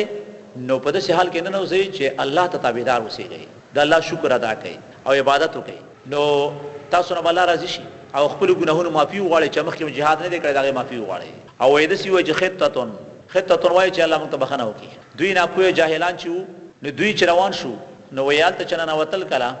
نو یو خو دا چې په خاپوړو ننوتل، الله وایي سجده ولګوئ، دوی سجده نه خاپوړ یې کولې. او دویم دا چې الله وایي چې خطتون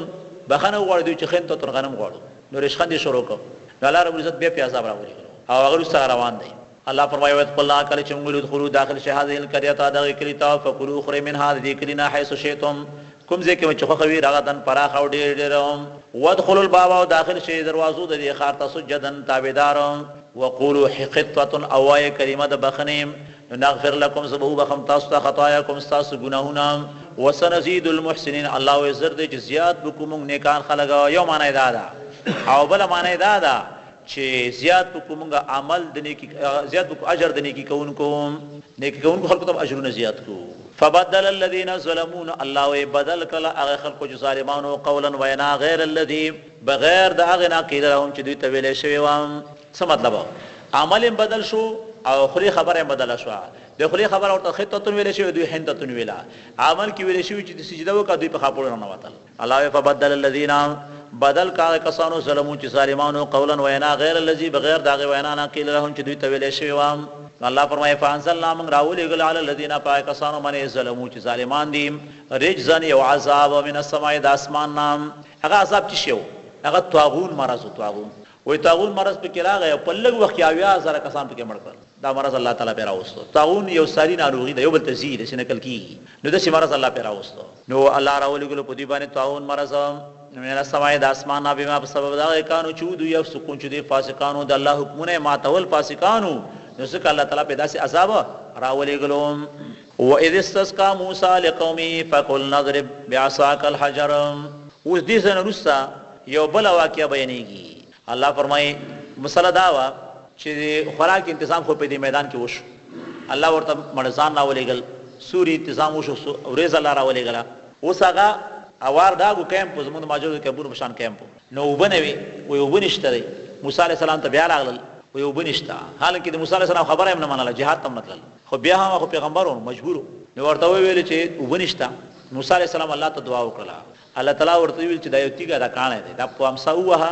دین ابو روان شي نو دا په جزاء د موسی عليه السلام وچ کانه په تیګه په امسا وها الله تعالی دور شي نه روانه کړي او دوی ته ویل شي چې بس اوس خارڅ پوره شو خوراکم شتا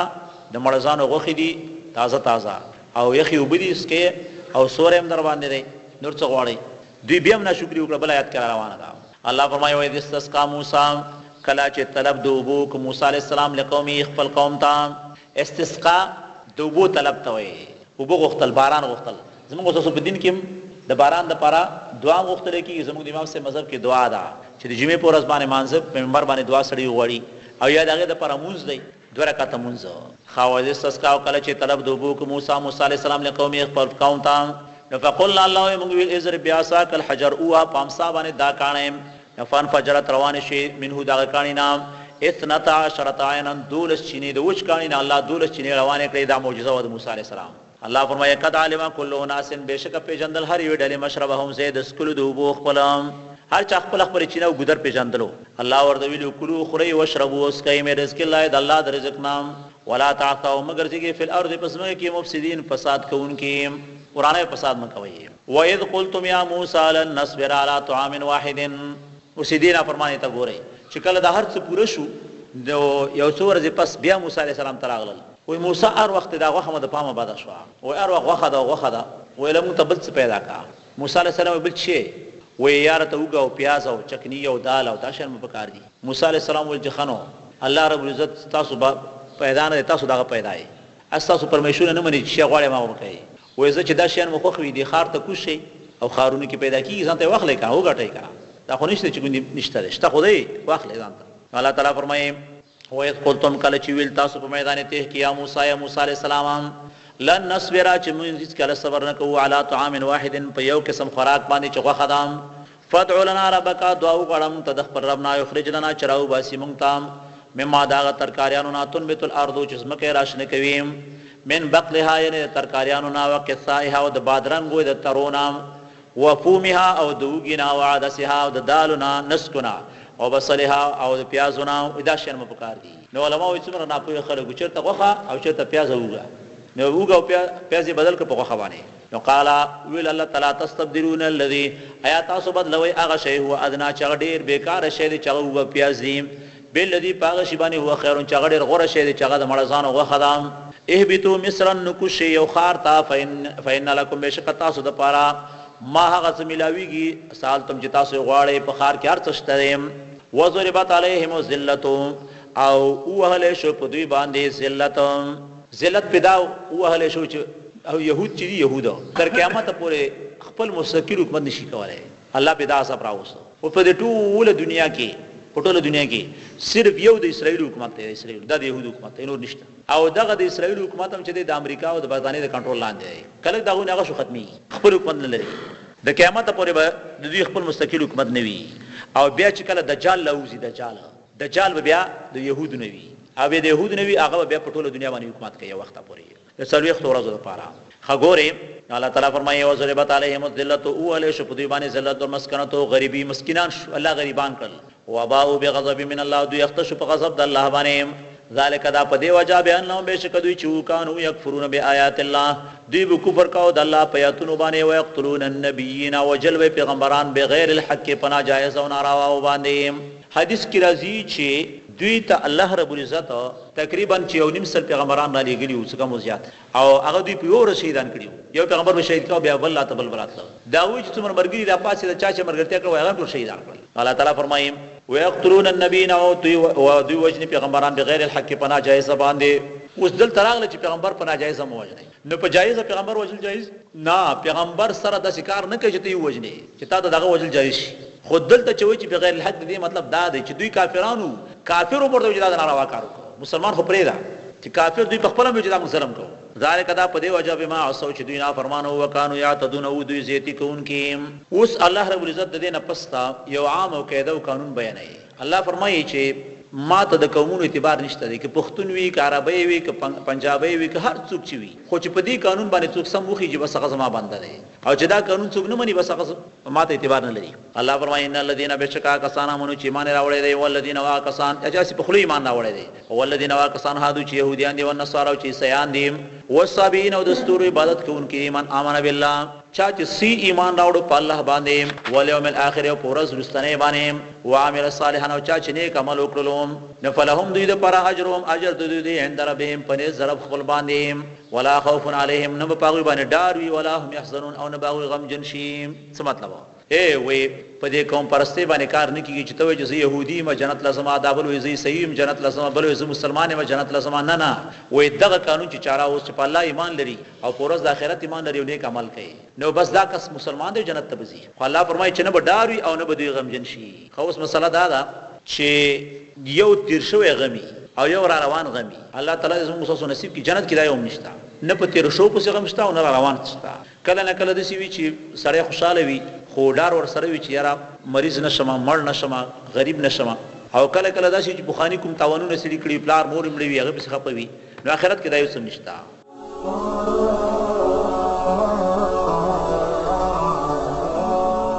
تفسیر القرآن، د قرآن عظیم الشان تفسیر او ترجمه. وړاندې کوونکی مفتی عزیز الله طائب.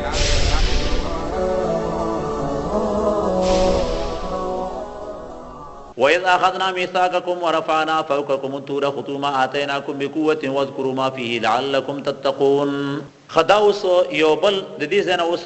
دویم خطاب شروع کیږي بنی اسرائیل ته تر 34 نمبر آیات پورې، او په دې خطاب کې ذکر د درې غلطیانو د مشرانو د يهودانو دی. اول دا چې هغه نقض عهد کاو، د الله سره به وعده وکړه بیا به ماته ولا. دویم خیال په الاحکام، د الله په حکمونو کې چلونه ولونه عمل نه کاو، چل ول به کاو، الله سره چل کاو. او دریم د بدو کارونو کول او ځان پاک ګڼل، یو کار بد کاو ځان ته خوي. او دارنګ په دې خطاب کې بیان د پنځو بدو ډلو دی موجوده يهوديانو چې نبی اسلام په زمانه کې موجود وي. یو محرفین معنوي وو چې د تورات خبره معنی به غلطي کولې، دویم پکې منافقین او دریم پکې متبعین د باطل خبرو چې باطل خبرو پسې روانو، او څلورم محرفین لفظي وو چې الفاظ د تورات به بدلول، او پنځم مخصصین لانفسهم بالجنه د جنت د خاصوالي دا ویل له خپل ځان د پاره جنت بنګ د پاره دی، او اخر کې بیا د اخرت نه تخفیف او ډار دی او بیا زیره دی مسلمانانو ته. نو په دې باب کې ټول همدا خبره ده. او الله فرمایي وَإِذْ أَخَذْنَا کله چې موږ واخیستل میثاقکم کله کواده تاسو نام ورفعنا فوقکم الطور. خدا واقعیا د سیوا چې کله چې موسی علی السلام تورات راوړلو او دوی ته حکم وکړ چې بس هغه مرګ واقعیا تیر شو، دوی راغلل، نو چې بیا ماته سولوي چې اخر کې دوی ویل چې یاره کچر عمل پکایو کنه پکای، نو په دې باندې الله تعالی ورته په قهر شو. الله تعالی په ګوتور غر راوچت دسی په راوچت شو لکه اوا کې په ولاړو غر، او الله تعالی ورته ویل چې معنی کې دروي غرزوم در باندې، نو دوی ټول الله ته په سیده پرې وتل او دا یو سترګې اوا طرف ته نیولې او بل په سیده پراته چې اوس غر راونه ورځي د سیمنګ د زور مسلمانانو چې زلزلہ راشي توبه توبه توبه او چې زلزلہ نه وي روغ جوړي د شکار دا غوي نو چې کله دا غر پر پریوتو باندې شو دوی چې بالکل هر څه منو توبه به نو نافرمانی نه کو خو کله چې الله تعالی غر لري کو بیا نافرمان شو دا واقعي الله بیانوي الله فرمایي وای دا اخذنا کله چې موږ واخې سمیتا کوم کله کواده تاسو نه ورفانا راوچت مکفو کوم تاسو سرونه د پاسه تور د کوی تور غرم او تاسو لمویل چې خذو واونی سه ماغه اتینا کوم چې ما تاسو درکړی دي به قوتن په مضبوطواله او کوشش سره او اذکروا یاد کې ماغه صفی چې پدې کې دي د تورات کې دي لعلکم تتقون دې لپاره چې تاسو پرهیزګار شئ اوس دلته یو سوال پیدا کی سوال دا دی چې رستم دې صورت کې روان دي الله فرمایي لا اکراه فی الدین په دین کې زور نشته په دې صورت آیت کرسی په سی آیات دی چې په دین کې زور نشته دی نو چې زور پکې نه و د الله تعالی غر په ولې راوچتاو دا خو په زور په ومانه نو دلته آلته دي چې زور نشته دلته معلومي کې زور شته او چې زور نه بیا د جهاد څخه د پاره دی نو دې جواب دا دی چې یو ګوري د یو ایمان دی یو عمل دی نو په ایمان کې زور نشته مونږ چاته څنګه دانوي چې په زور مسلمان شي ولې ځکه ایمان د زړه شی دی نو زړه کې څو پر ایمان نه راغلی افیدم نه کوي نو مونږ چاته په زور نه وي چې مسلمان شه او که څوک دا وایي چې د جهاد ولې کو نه د جهاد دوه مقصدونه لپاره کو یو همیشه اکثر جهاد دې لپاره دی چې هغه په موږ حمله کوي کافرانو حمله کوي په مسلمانانو باندې لکه مدینه منوره کې هم دغه حالو او اوس موږ تاسو ګورو مسلمانانو کافر حمله کوي نو خو د دفاع لپاره دی او دویم جهاد موږ دې لپاره کوو چې زموږ د دعوت مخه چې کله بند شي زموږ دین الحمدلله دومره کامل دین دی او دومره پوره دین دی او داسې حق دین دی چې دې صرف دعوت مخه خلاص دي په خپل خلک مسلمانۍ خو هغه کله چې زموږ دعوت مخه بند کی بیا موږ جهاد کوو جهاد دې لپاره چې موږ بزرګ مسلمانان خو چې دا دوه کارونه لپاره موږ جهاد کوو خو چې اوس هر کله زور کې دین کې نشته نو بیا دا جهاد ولې کوو ماته سولو جهاد دې لپاره کوو چې اعلی د کلمت الله راشي کدا خبره نه موږ په زور د خلک خار کې اندوانو سیګانو دوی چې مسلمانان شي نه موږ نه ورته چې مسلمانان شي زور موږ چاته نه وایو ځکه دین په خپل حق دین دی خو موږ وایو چې غلبه به د اسلامي قانون به د اسلامي نور کو څو کافرو سي کې مسلمانو سي کوسي نو یو مسله خدا شولا دیمه مسله د عمل دا چې یو ځل د کلمه ویلا بیا عمل په زور کوي کلمه د نیویل خپل تاسو اسلام کار نه لري خو چې کله د مسلمان شوي نو بیا ټول عملونه په زور کوي زکات هم نه په زور اخیستل کیږي هر کار کس په خپل نه په زور به کوي و دا ولی و دا زکات چې دا به دین بدنامي چې نوم د مسلمان دی او کارونه د کافرو کوي بیا خو دین بدنامي نو دین بنه بدنامي نو دلته چې دوی خو مسلمانانو کنه ځکه الله پیغمبر راوچت کو نو که کافرانو الله پیغمبر راوچت نو الله تعالی فرمایي لعلکم تتقون دې لپاره چې تاسو پرهیزګار شئ ثم تولیتم او بیا تاسو وګرځیدلې من بعد ذالک د دین ورستا اوس مسله دا بیانېږي چې دا الله چې تاسو وګرځیدل دا خو مدینه کې يهود ته الله وای او مدینه کې يهود هغه بخا پلرونه مړ شي دا کیسه خدای وختي او د مدینه يهود ته الله چې تاسو وګرځیدل دې څه مطلب دا غي باندې علماء وای چې هر کله چې یو بخا یو چا یو ګناه کړی وي او ته پیرازي د څه دلته کتا شم دا کار کوي دوی د پلرونو خبره خې غنلې چې خې غنې خو بس شو کنه اماغه شو تم د شوې لکه هغه چې الله تعالی فرمایي ثم تولیتم بیا تاسو وګرځیدل من بعد ذلک رسدینا فلولا فضل الله کچتنو فضل الله علیکم پتا سبحانه ورحمتو رحمت الله تعالی نو ویل کنتم من الخاسرین خامخ بو تاسو هلاک شونم ولقد علمتم الذين اعتدوا منكم في السبت فقلنا لهم كونوا قردة خاسئين دا اوس یو بل واقعیا بیانېږي دا کیسه د داوود علیه السلام د زمانه ده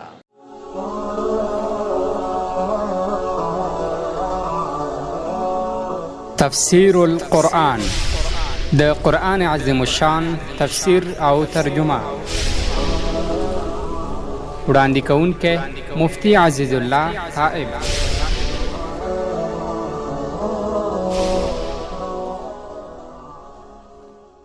د داوود علیه السلام په زمانه کې د دې بنی اسرائیل قوم څخه خلکو د دریاب په غاړه اوسېدل او ټوله گزارای په دریاب باندې وا الله د تنظیم جوړ کړی دی د غرونو خلکو گزاره په غره باندې وي لرګي مرګي خرڅي دریاب ته سره څوګسي دا گزاره په دریاب باندې وي نو دریاب باندې گزاره داسې و چې مایان به راوستل په بازار کې به خرڅول او خپل به خړل دا دوی کارو نو یو وخت الله رب عزت په امتحان وکړ امتحان پیدا وکړ چې په دوی باندې د شنبه پورز د خالی پورز باندې ښکار باندې چې نور هر ورځ میان نیوي شي خو د شنبه پورز د خالی پورز به میان نشي ځکه د شنبه ورځ هغه د عبادت ورځ قانون د جمعې ورځ بس هغه یو وخت پورې په دې باندې عمل وکړ میان بینه نیول خو الله د امتحان په وکړ چې د شنبه پورز باندې به اندازې ډیر میان راتله دومره میان په وو کیو چې تا بل پټه کولم وای به راتلو او چې د شنبه ورځ باندې بیا بنو ډیر یو وخت پورې خو دې په دې عمل وکړ خو یو وخت یو سړی د مخ وینځلو د پاره او داس کولو د پاره وبو تلاړلو چې د سیلا پیرا کړه مې پکې راغی نو دا مې شاته ورغاو او داس یو کوم مخ وینځ را پاسه چې ګوري مې مړ دی ځکه چې وبونه چې مې واسه مړ وي نه بسان سره را فکر یو کو چې دا خاصه مړ دی امې ځان سره راوخسلو کور ته راوړو پوخې کړلو دا د مې بوی ډیر لري رسی نو اخو دې خو ګوندیان په پوښ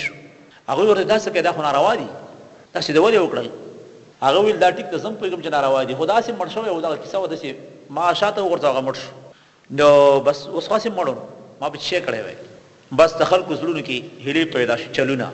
خلکو یې چرمنګ د چلو کو نو هغه د شکارو کو شاغوي به نو کونډې به ولا غولې پسین کې او جالونه به ولا غول د جمعې پورس باندې نو د شمې پورس هم نه عدل کنه مېن براغل ته کې و بنا خطر بیا به مېن نه رانی ورو د شمې پورس ناروا دي د یک شمې پورس باندې هغه نه ختی مېن به راونی ول نو دا طریقې شروع کړه دیم دا کار یو چې د سینې د سی وړو وړو لختي تیر کړو ډندونه جوړ کړل دا ډندونو کې به غاړو ته د سی خاور ډېرې کړې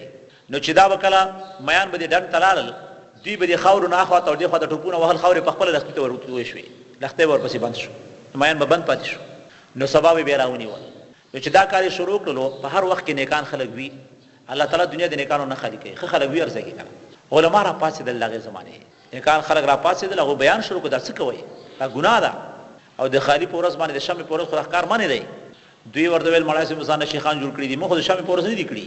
مخ د یک شمع پورس نشو هغه ویل ټیک ته تاسو غرانی سي د یک شمع پورس باندې خدا کوم چل چې تاسو کوي دا چل د الله سره نه کیږي دا خو تاسو مغه ورځ باندې نیولې دي خو دوی نه منله په دې قوم کې خلک په درې برخو تقسیم شو یو برخه خلک داسې چې غویم د ښکار کاوه د میانو دوی مړل داسې چې ښکار نه کاوه او نه چاته امر کاوه نه منی کوله او درې خلک داسې چې بیان کاوه نو په درې برخو شو یوې ډلې دا ګناه کوله بلې ډلې دا ګناه منه کوله او بلې ډلې یو شم نه کاوه نه ګناه کوله نو څوک منی کوله دا ورو صبر صورت کې ان شاء الله راشي یو وخت پورې چې همداسې وشو بيخي الله عذاب پیراولې کړو د شپې الله داسې عذاب پیراولې کړو چې دروازې بندې کړې وي او بس چې سحر کې خلک را پاتېدل چې ورغله دروازې بندې وي ډیر وخت پورې څوک راوتل نه په دیوالونو خلک ورواغفتل چې ولې د لاغونه خنزیرانو بزوګان جوړ شي او جړلې یټولو په ټولو نه خنزیرانو بزوګان جوړ شي درې ورځې پورې ژوند دی به الله ټول ختم کړ دلته هغه بیان دی نو دوی الله سره چل جوړا دي ته هیله وې هیله نو علما وایي چې زمونږ د احناف مذهب کې هیله په درې قسمه ده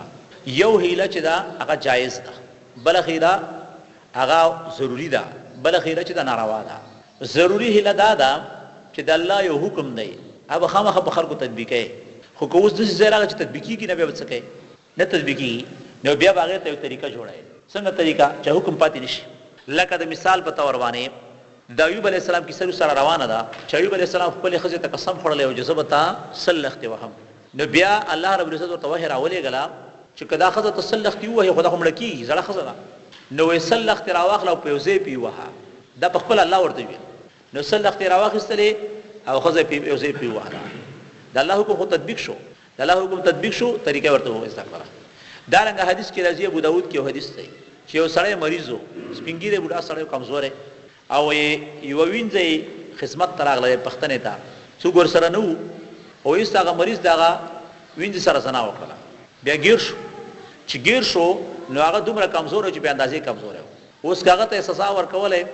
نو هغه خمړ کېدلو سل دوری ور باندې خمړ کېدلو نو نبی رسول الله امر وکړي چې د سی وخت راوړي چې سل شاخونه پکې وي چې سل څنګه پکې وي چې په یوځې پیوا یوځې وهلو دا کار دې د پاره کو چې د الله حکم پاتې نشي چې تطبیق شي حکم مکمل نه تطبیقي دې د پاره داسې طریقه یعنی د الله د حکم تطبیقي دوه کوشش به خامخا کوي دا وسیله دا ضروری ده ایله دیم قسم هلي هغه دي چې هغه صرف جایز دي جایز داسې دي چې ککې کنه کله لکه مثال به تور باندې سود ناروا دی سود دي ته وای چې لکه اوس غنم په غنم بدل دا سود دی غنم په غنم بدلول دا سود دی خو کو ضرورت وي نو د سیبو کې چې غنم په پیسو خرج کړي په هغه پیسو باندې نور غنم واخلا دا یو هیله ده هغه پیسې دي خدا جایز دي شرط کې جایز دي او دریم قسم هلي ناروا دي هغه داسې هلي دي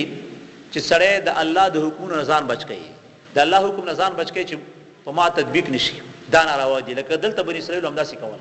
هغه داسې هلي کوله چې د الله د حکم نه ځان بچ کاو ځکه الله بدی بیان کړي الله تعالی فرمایي ولقد علمتم الذين بشكتا سو پیجندل کسانه تدو چې ته کړو من کوم تاسو نه په سبته د شمه د خالی پورس باندې الله فقلنا لهم ويل اغويتام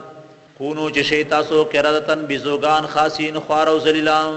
دا هله دوی جوړول حرام ولا لول د پاره د دې لپاره کول ځان ته حرام حلال کی دا نه واده فجعلنا الله يمنغ غرزو د غاصاب نکالن عبرتهم لما دا خلق د پاره بین ایدها چې دغه وخت کې موجود او ما خلق او چې رسل روان دي چې څوک د الله د حکم نافرمانی کوي الله به داسې سزا ورکړي دا عبرت شو او موعظه او دانشیت شول للمتقین د پرهیزګارانو د پاره وَإِذْ قَالَ مُوسَى لِقَوْمِهِ إِنَّ اللَّهَ يَأْمُرُكُمْ أَن تَذْبَحُوا بَقَرَةً خدا اوس یو بل واقعا الله رب العزت بیانې دام دې د پاره و چې دوی هلي کولې چل ولې کاو د الله حکم سره چل کاو وې د الله حکم سره چل مکوا چې د الله طرف نه حکم وشو پټو سرګ باندې ورځو بس کار کوا لکه اوس ته وی چې حي على الصلاه مانځه تراشه بس باندې پکې مو جوړ ورځو مونږ کا او دارنګ الله تعالی ته وی چې زکات ورکا بس باندې پکې مو جوړ زکات ورکا نو دوی د الله حکم ته څه کول باندې جوړولې څنګه باندې جوړولا مسله دا سیوا چې یو وخت کې بنی اسرائیل کې یو سړی او بدیل نومې درو او هغه سړی چې ډیر مالدار او ډیر مال مو او یو پیغله لوري مو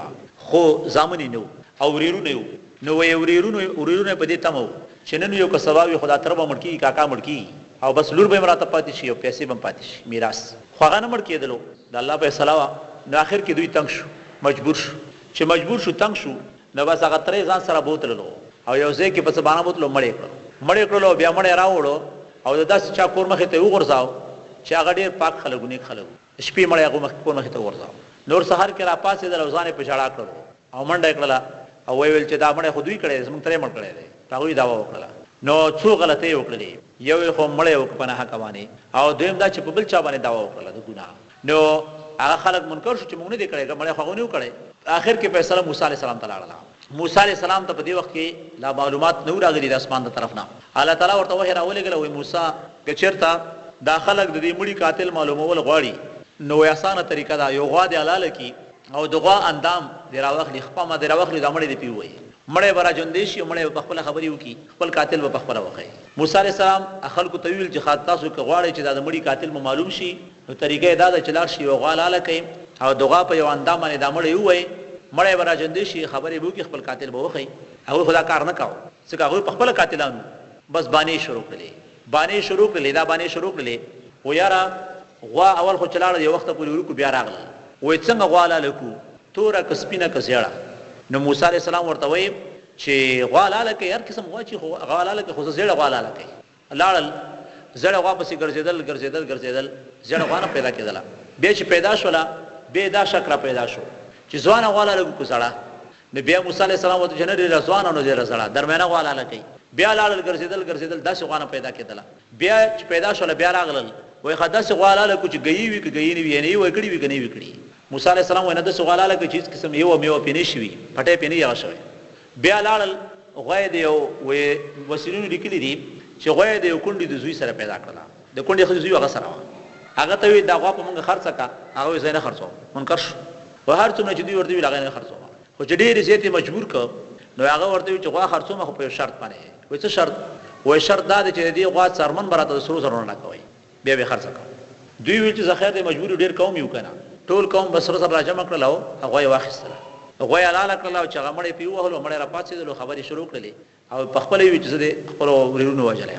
نو اوس مسله دا ده چې دلته دا غوا چر د افغان غوا چې الله خو دلوري خو دلا مقصد دا و چې الله هم نسی مړې ژوند کولای شو د غوا سره څه تعلق نو علماء تعلق داسې و چې دوی مخکې د سخی عبادت کړو او الله وختل چې دا غوا په خپل لاس باندې حلال کی چې دغه مینه د زړه نه شي اوزي نو ځکه او دوی وخت هغه دوی چې اړیکې پکې کوي هم دې لپاره کوي چې غوا باندې دوی زړه نه کېدرو دوی غوا خدای غنلو خو بل اخر هم داسې کار وشو او غوا حلال کړه نو هغه کیسه الله بیانوي الله فرمایي او قال موسی او کله چې موسی عليه السلام له قوم خپل قوم ته ان الله یامرکم الله تاسو ته داسې امر کوي ان تسبحوا بقرتن چالاله کې ذبح کوي وغوام د حیوانات چالالي کې دي دوه طریقې دي یو طریقه دا سیده دا غټ او خان چې کوم دي داخله پولاړه راځي پولاړه دا پولاړه دا سیالاله چې د مخکینه پیدا سره ماده کې پړی وتړي به وخت لري نشي په دروغ په باندې نو بیا تیر چاړه ور سره وي په دې کې په چاړه وره ورځي د عربو کې ویډیوګانې تاسو کې چا کتلی یا موبایلو کې شته دی د حج په موسم کې اکثر عربان د خوانم د سیالاله هغه ته په عربی کې نهر وي او خانو کې هغه غوړه دي ثواب هغه کې زیات دی چې هغه سیلال شي او د غنور چاروي چې کوم دي د ته ذبح وي ذبح دي ته چې څاروي راڅم لوي کې دا ډوړه جایز دي خو په خانو کې نهر غوړه دی په نورو څاروي کې ذبح غوړه ده الله تعالی فرمایا ان تسبحوا جتا سواله کې بکرتنی وغوام قالوا دوی لا تتخذنا ایتم نسی حزوان پټو ک باندې وټو کې سره کې دغوا د مړي سره څه کار دی دغوا د مړو سره وې څه کار دی قال موسی علیہ السلام ویل اعوذ بالله ز پناه غړم په الله باندې ان اكونا د دینه پناه غړم چې شمز من الجاهلین دنا په هانو نه زه خو نه پوی نه څه مطلب موسی علیہ السلام وې چې تاسو وای چې ټوکی کټو خو جاهلانو کار دی زه خو جاهل نه یم د دین په اړه کې څنګه ټوکی وکما د ټوکو باره کې وته روز تاسو ویلیو چې به زه ټوکی کول په شریعت کې ناروا دي چې په کې دروغ وي یا د چا بي عزتي وي په کې دا ناروا دي ورزه پناه غړم په الله باندې دینه انا کو نه چې شمس من الجاهلین دنا په هانو نام قالوا دعوا لنا اویل دوی چې موږ ته دعا وغواړه ربک د خبر رب نام یبین لنا چې بیان کې موږ تماهیا چې څنګه دی حال دی غوام نو ګور بل چانه دعا وخته شي بل چاته ویل شي چې ما ته دعا وکم لکه نبی علیہ السلام عمر فاروق صاحب ته ویلیو چې کله عمره ته تللو ورته وی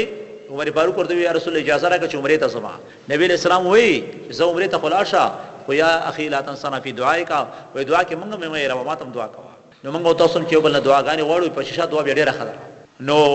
دوی ویل قالو دوی له ورنا دعا غواړم ربک د خبر رب نام یبین لنا چې موږ ته بیان کی ماهیا چې څنګه غواړم قال موسی علیہ السلام ویل انه بشک الله چې دی یقول وای انها بقره چې دا غوادم لا فارض چې ندی زړه د ولا بکر ندی راولدم عوان بین ذالک من حال د دې منس کې درمیانه غواله لکې اول دا پښتنه وکړه او ففعلوا موسی علیہ السلام کوي تاسو ماغه ته منو چې تاسو امر کولی شي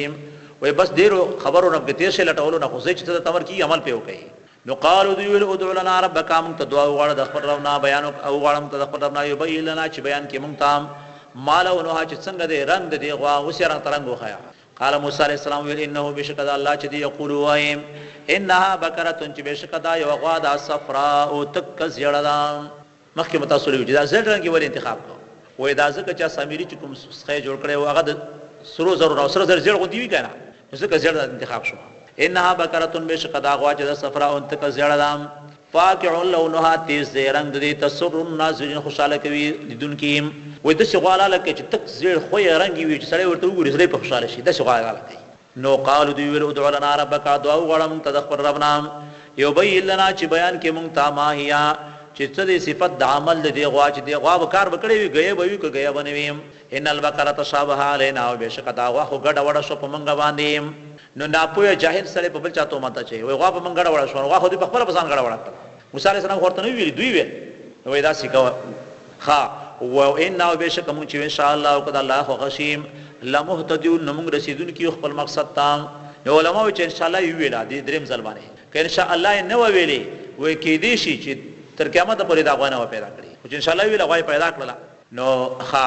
قال موسی علیہ السلام انه بشک الله تعالی یقول و انها بقره چې دادا سی غوادام لا ضرور چې نه د گویا شوی گویا نه داس مکه نه داړولې او تسیر الارض چاړوي اسمه کدا سي نه دا ولا تسل غر سونو بکوي پسلونا ارټ نه دی کړي مسلمتون دا غواروغ او سلامت الاشیت فيها استعيب او داغ نشته په دی غوا کې نو قالو دویل الان جئتا وی اوس دې راتللو کړه مونږ ته بالحق په حق سلام نو فذبحوها دا غوي علا لکلام نو موسی عليه السلام خو مکه حق بیانول دته د حق نه مطلب دا دی چې پورا بیان د مونږ ته وکړو اوس پورا پوښ الان اوس وجه ته تعالی تلو بالحق په پورا بیان سلام فذبحوها غوي علا لکلا وما كادوا يفعلون د مخکنه نږدې نو مخکې د بیان نږدې نو چې دا کار کړی وایم بس هلي باندې کولې د زړه نه غوښتل چې دا کار کړی وای خو به دا کار وکړلو اوس وَإِذْ قَتَلْتُمْ نَفْسًا فَادَّارَأْتُمْ فِيهَا دا دماغ سړي کیسه د چکم سړی دوی مړ کړی و عامل نو میدل عامل بدل عامل نو میدل ها اوس د علماء په دې کې لږ اختلاف دی چې دا کیسه او دا مخکې د غوا کیسه یو ده او قباله تفسیر ابن کثیر چې دا یو نه ده ځکه چې وای د غوا کیسه مخکې تیر شو مړی روسته دی په کار خدای چول مړی بیا غوا ورپسې وای او دویم هغه داسې وای چې د دې منځ کې کلونه وتلی 40 کال وتلی نو 40 کال به مړی پروتو هغه داسې وای عوام جمهور علماء چې دا یو واقعا ده الله وی قتلتم کله چې تاسو وجلو نفسا یسری چې عامل نو میدلوم فدارتم فيها تاسو اختلاف کو په وجلو داغه کې چاوي تا وجلې بل چې تا وجلې والله مخرج الله را وسن کې ما داغه څه کنتم تکتمون چې تاسو پټول فقلنا موږ ویل اضربوه وهي دا مړی ببعضها پس نه اندام د دې غوا باندې څوک چې دا یو واقعیت نه هغه چې دا حاصل غوا ته راځي دی او چې څوک چې دا بیل واقعیت هغه د مړی نفس ته راځي دی چې د مړی خپل نفس راواخله یو اندام راواخله مړی پیوي کذالک هم دا غرنګ یحیی الله الموت الله را ژوندې کوي مړی ويريكم آیاتی الله تاسو ته خپل قدرتونو علامه او نخیم لعلکم تاکلون دې د فرج تاسو چې عقل راشي نو ګوره تاسو ته ویلو چې د صورت کې د مړی د ژوند کېدو خبره ده اوس بل مړی را ژوندې شو هغه مخکې کې پورا اویا کسانو ژوندې شي دي کې بل مړی را ژوندې شو وې دا مړی را ژوندې شو خپل قاتل یو خودرو نو قاتل باندې موسی عليه السلام حد جاری کړو هغه قصاص و سوال دا پیدا کیږي چې یو کس په خپل باندې خود څنګه نشي مړ کولای دا خو یو کسو نو یو کس په خپل باندې اوس کې نن زمانہ کې موږ قصاص بچا جاری کوو نو دوه کسان بګوي تیری چې دا سره د مړ کړي دي او دا خو یو کسو نو دا جواب دا دی چې اصل کې دلته د سړي په خپل باندې موسی عليه السلام د سړي قصاص نه کړلو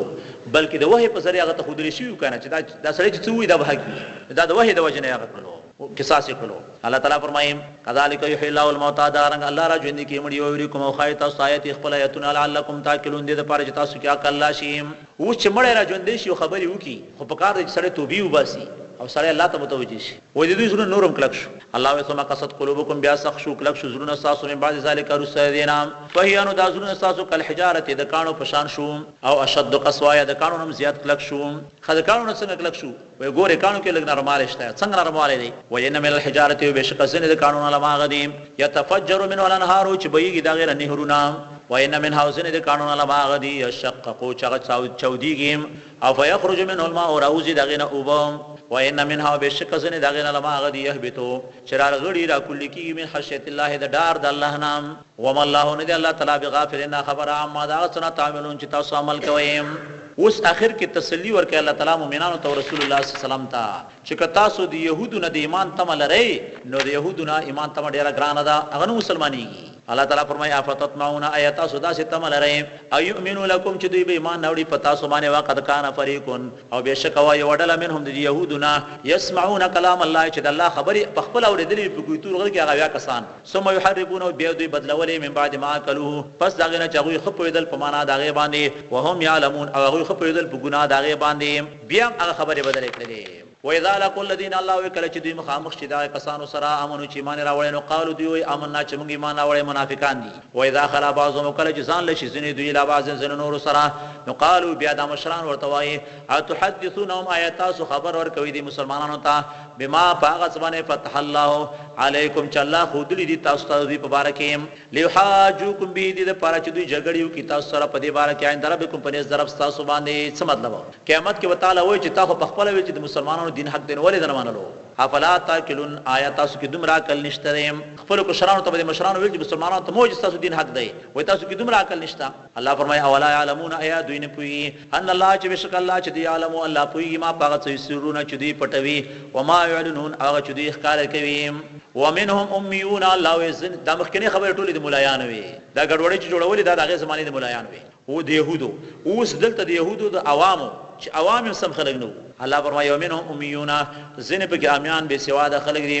لا يعلمون الكتاب چې نه پوهیږي په کتابانه الا اماني یا مگر اس خواهشات دي وینهم نريد الا يظنون مگر اسی ګمان کوونکې دي اٹکل کوونکې دي چې زب جنت ته وندیا سلار شمه پاسې څوک نزي چې ایمان او عمل نویم الله فویل هلاکت للذین دعا کسانو د پاره یكتبون الكتاب چې لیکي کتاب به دیم په خپل لاسونو باندې چې تورات کې د ځانه فیصله لیکي او خلکو ته ثم یقولون او بیا خلکو توایي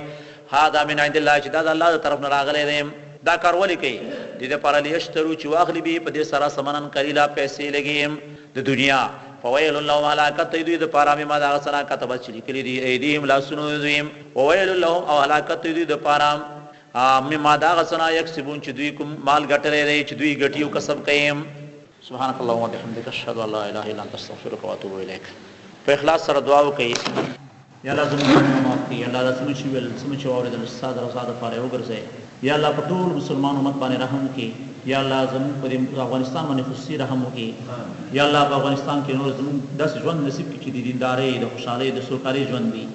یا الله په دې وطن کې نور امن او صلح راولي یا الله دې وطن کې موږ ته د خزانه را خلاص کړي یا الله موږ نور د اسلامي حکومت محروم مکړي او یا الله زموږ په حال باندې رحم وکړي یا الله مسلمانان خپل ټول متفق او متحد کړي یا الله زموږ د کوم ورونو او خويندې چې دلته راغلي قران کریم درس تا یا الله دوی په هر قدم په نیکۍ په تعالی کې واچي یا الله په هر قدم ګناهونه معاف کړي، په هر قدم درجه اوچته کړي. یا الله مسلمان امت کې څومره قرضداران دي قرض اخلاص کړي. یا الله مسلمان امت کې څومره مریضان دي شفای کامله دي، نیک عمل د پاره ورکړي. دلته ورور دعا وخت د مریض د پاره د اخلاص سره دعا وکړي الله تعالی مریض ته شفا ورکړي. اس ځنه خويند دعاګانې وختي دي او ته دعاګانې وکړي چې الله رب العزت حاجتونه پوره کړي. مسلمان امت کې د چا بچیان وی الله تعالی کومه صالح بچیان ورکړي. دا د چا چې بچیان شته الله دا ورته نیک عمل کوي، د مور پلار تابعداري جوړ کړي او دینداري جوړ کړي. او یا الله مسلمان امت کې چې کوم خلک او چا سره ظلم شوی یا الله ته هغه ظالمانو ته هدایت وکړي، هدایت نوي د ظلم نه په امان کې وساتي. یا الله مسلمان امت کې د څومره دین مرکزونه دي، مدرسې دي، جماعتونه دي او نور د دین خدمت چې څوک یا الله دا آباد کړي. یا الله د غیب نور سره مرسته کومک وکړي. یا الله کوم مسلمانان چې داسې دي چې ډېر زړه کې دین خدمت وکړي هو سي نه دسي یا الله غوي ته اجرونه ثوابونه ورکړي. یا الله کوم مسلمانان داسې دي چې هغه دین سره هر قسم مرسته کوي، که مالی وي که بدني وي، یا الله غوي ته اجرونه ثوابونه په دنیا او آخرت کې ورکړي. یا الله زموږ په حال باندې رحم وکړي برحمتک ارحم الراحمین.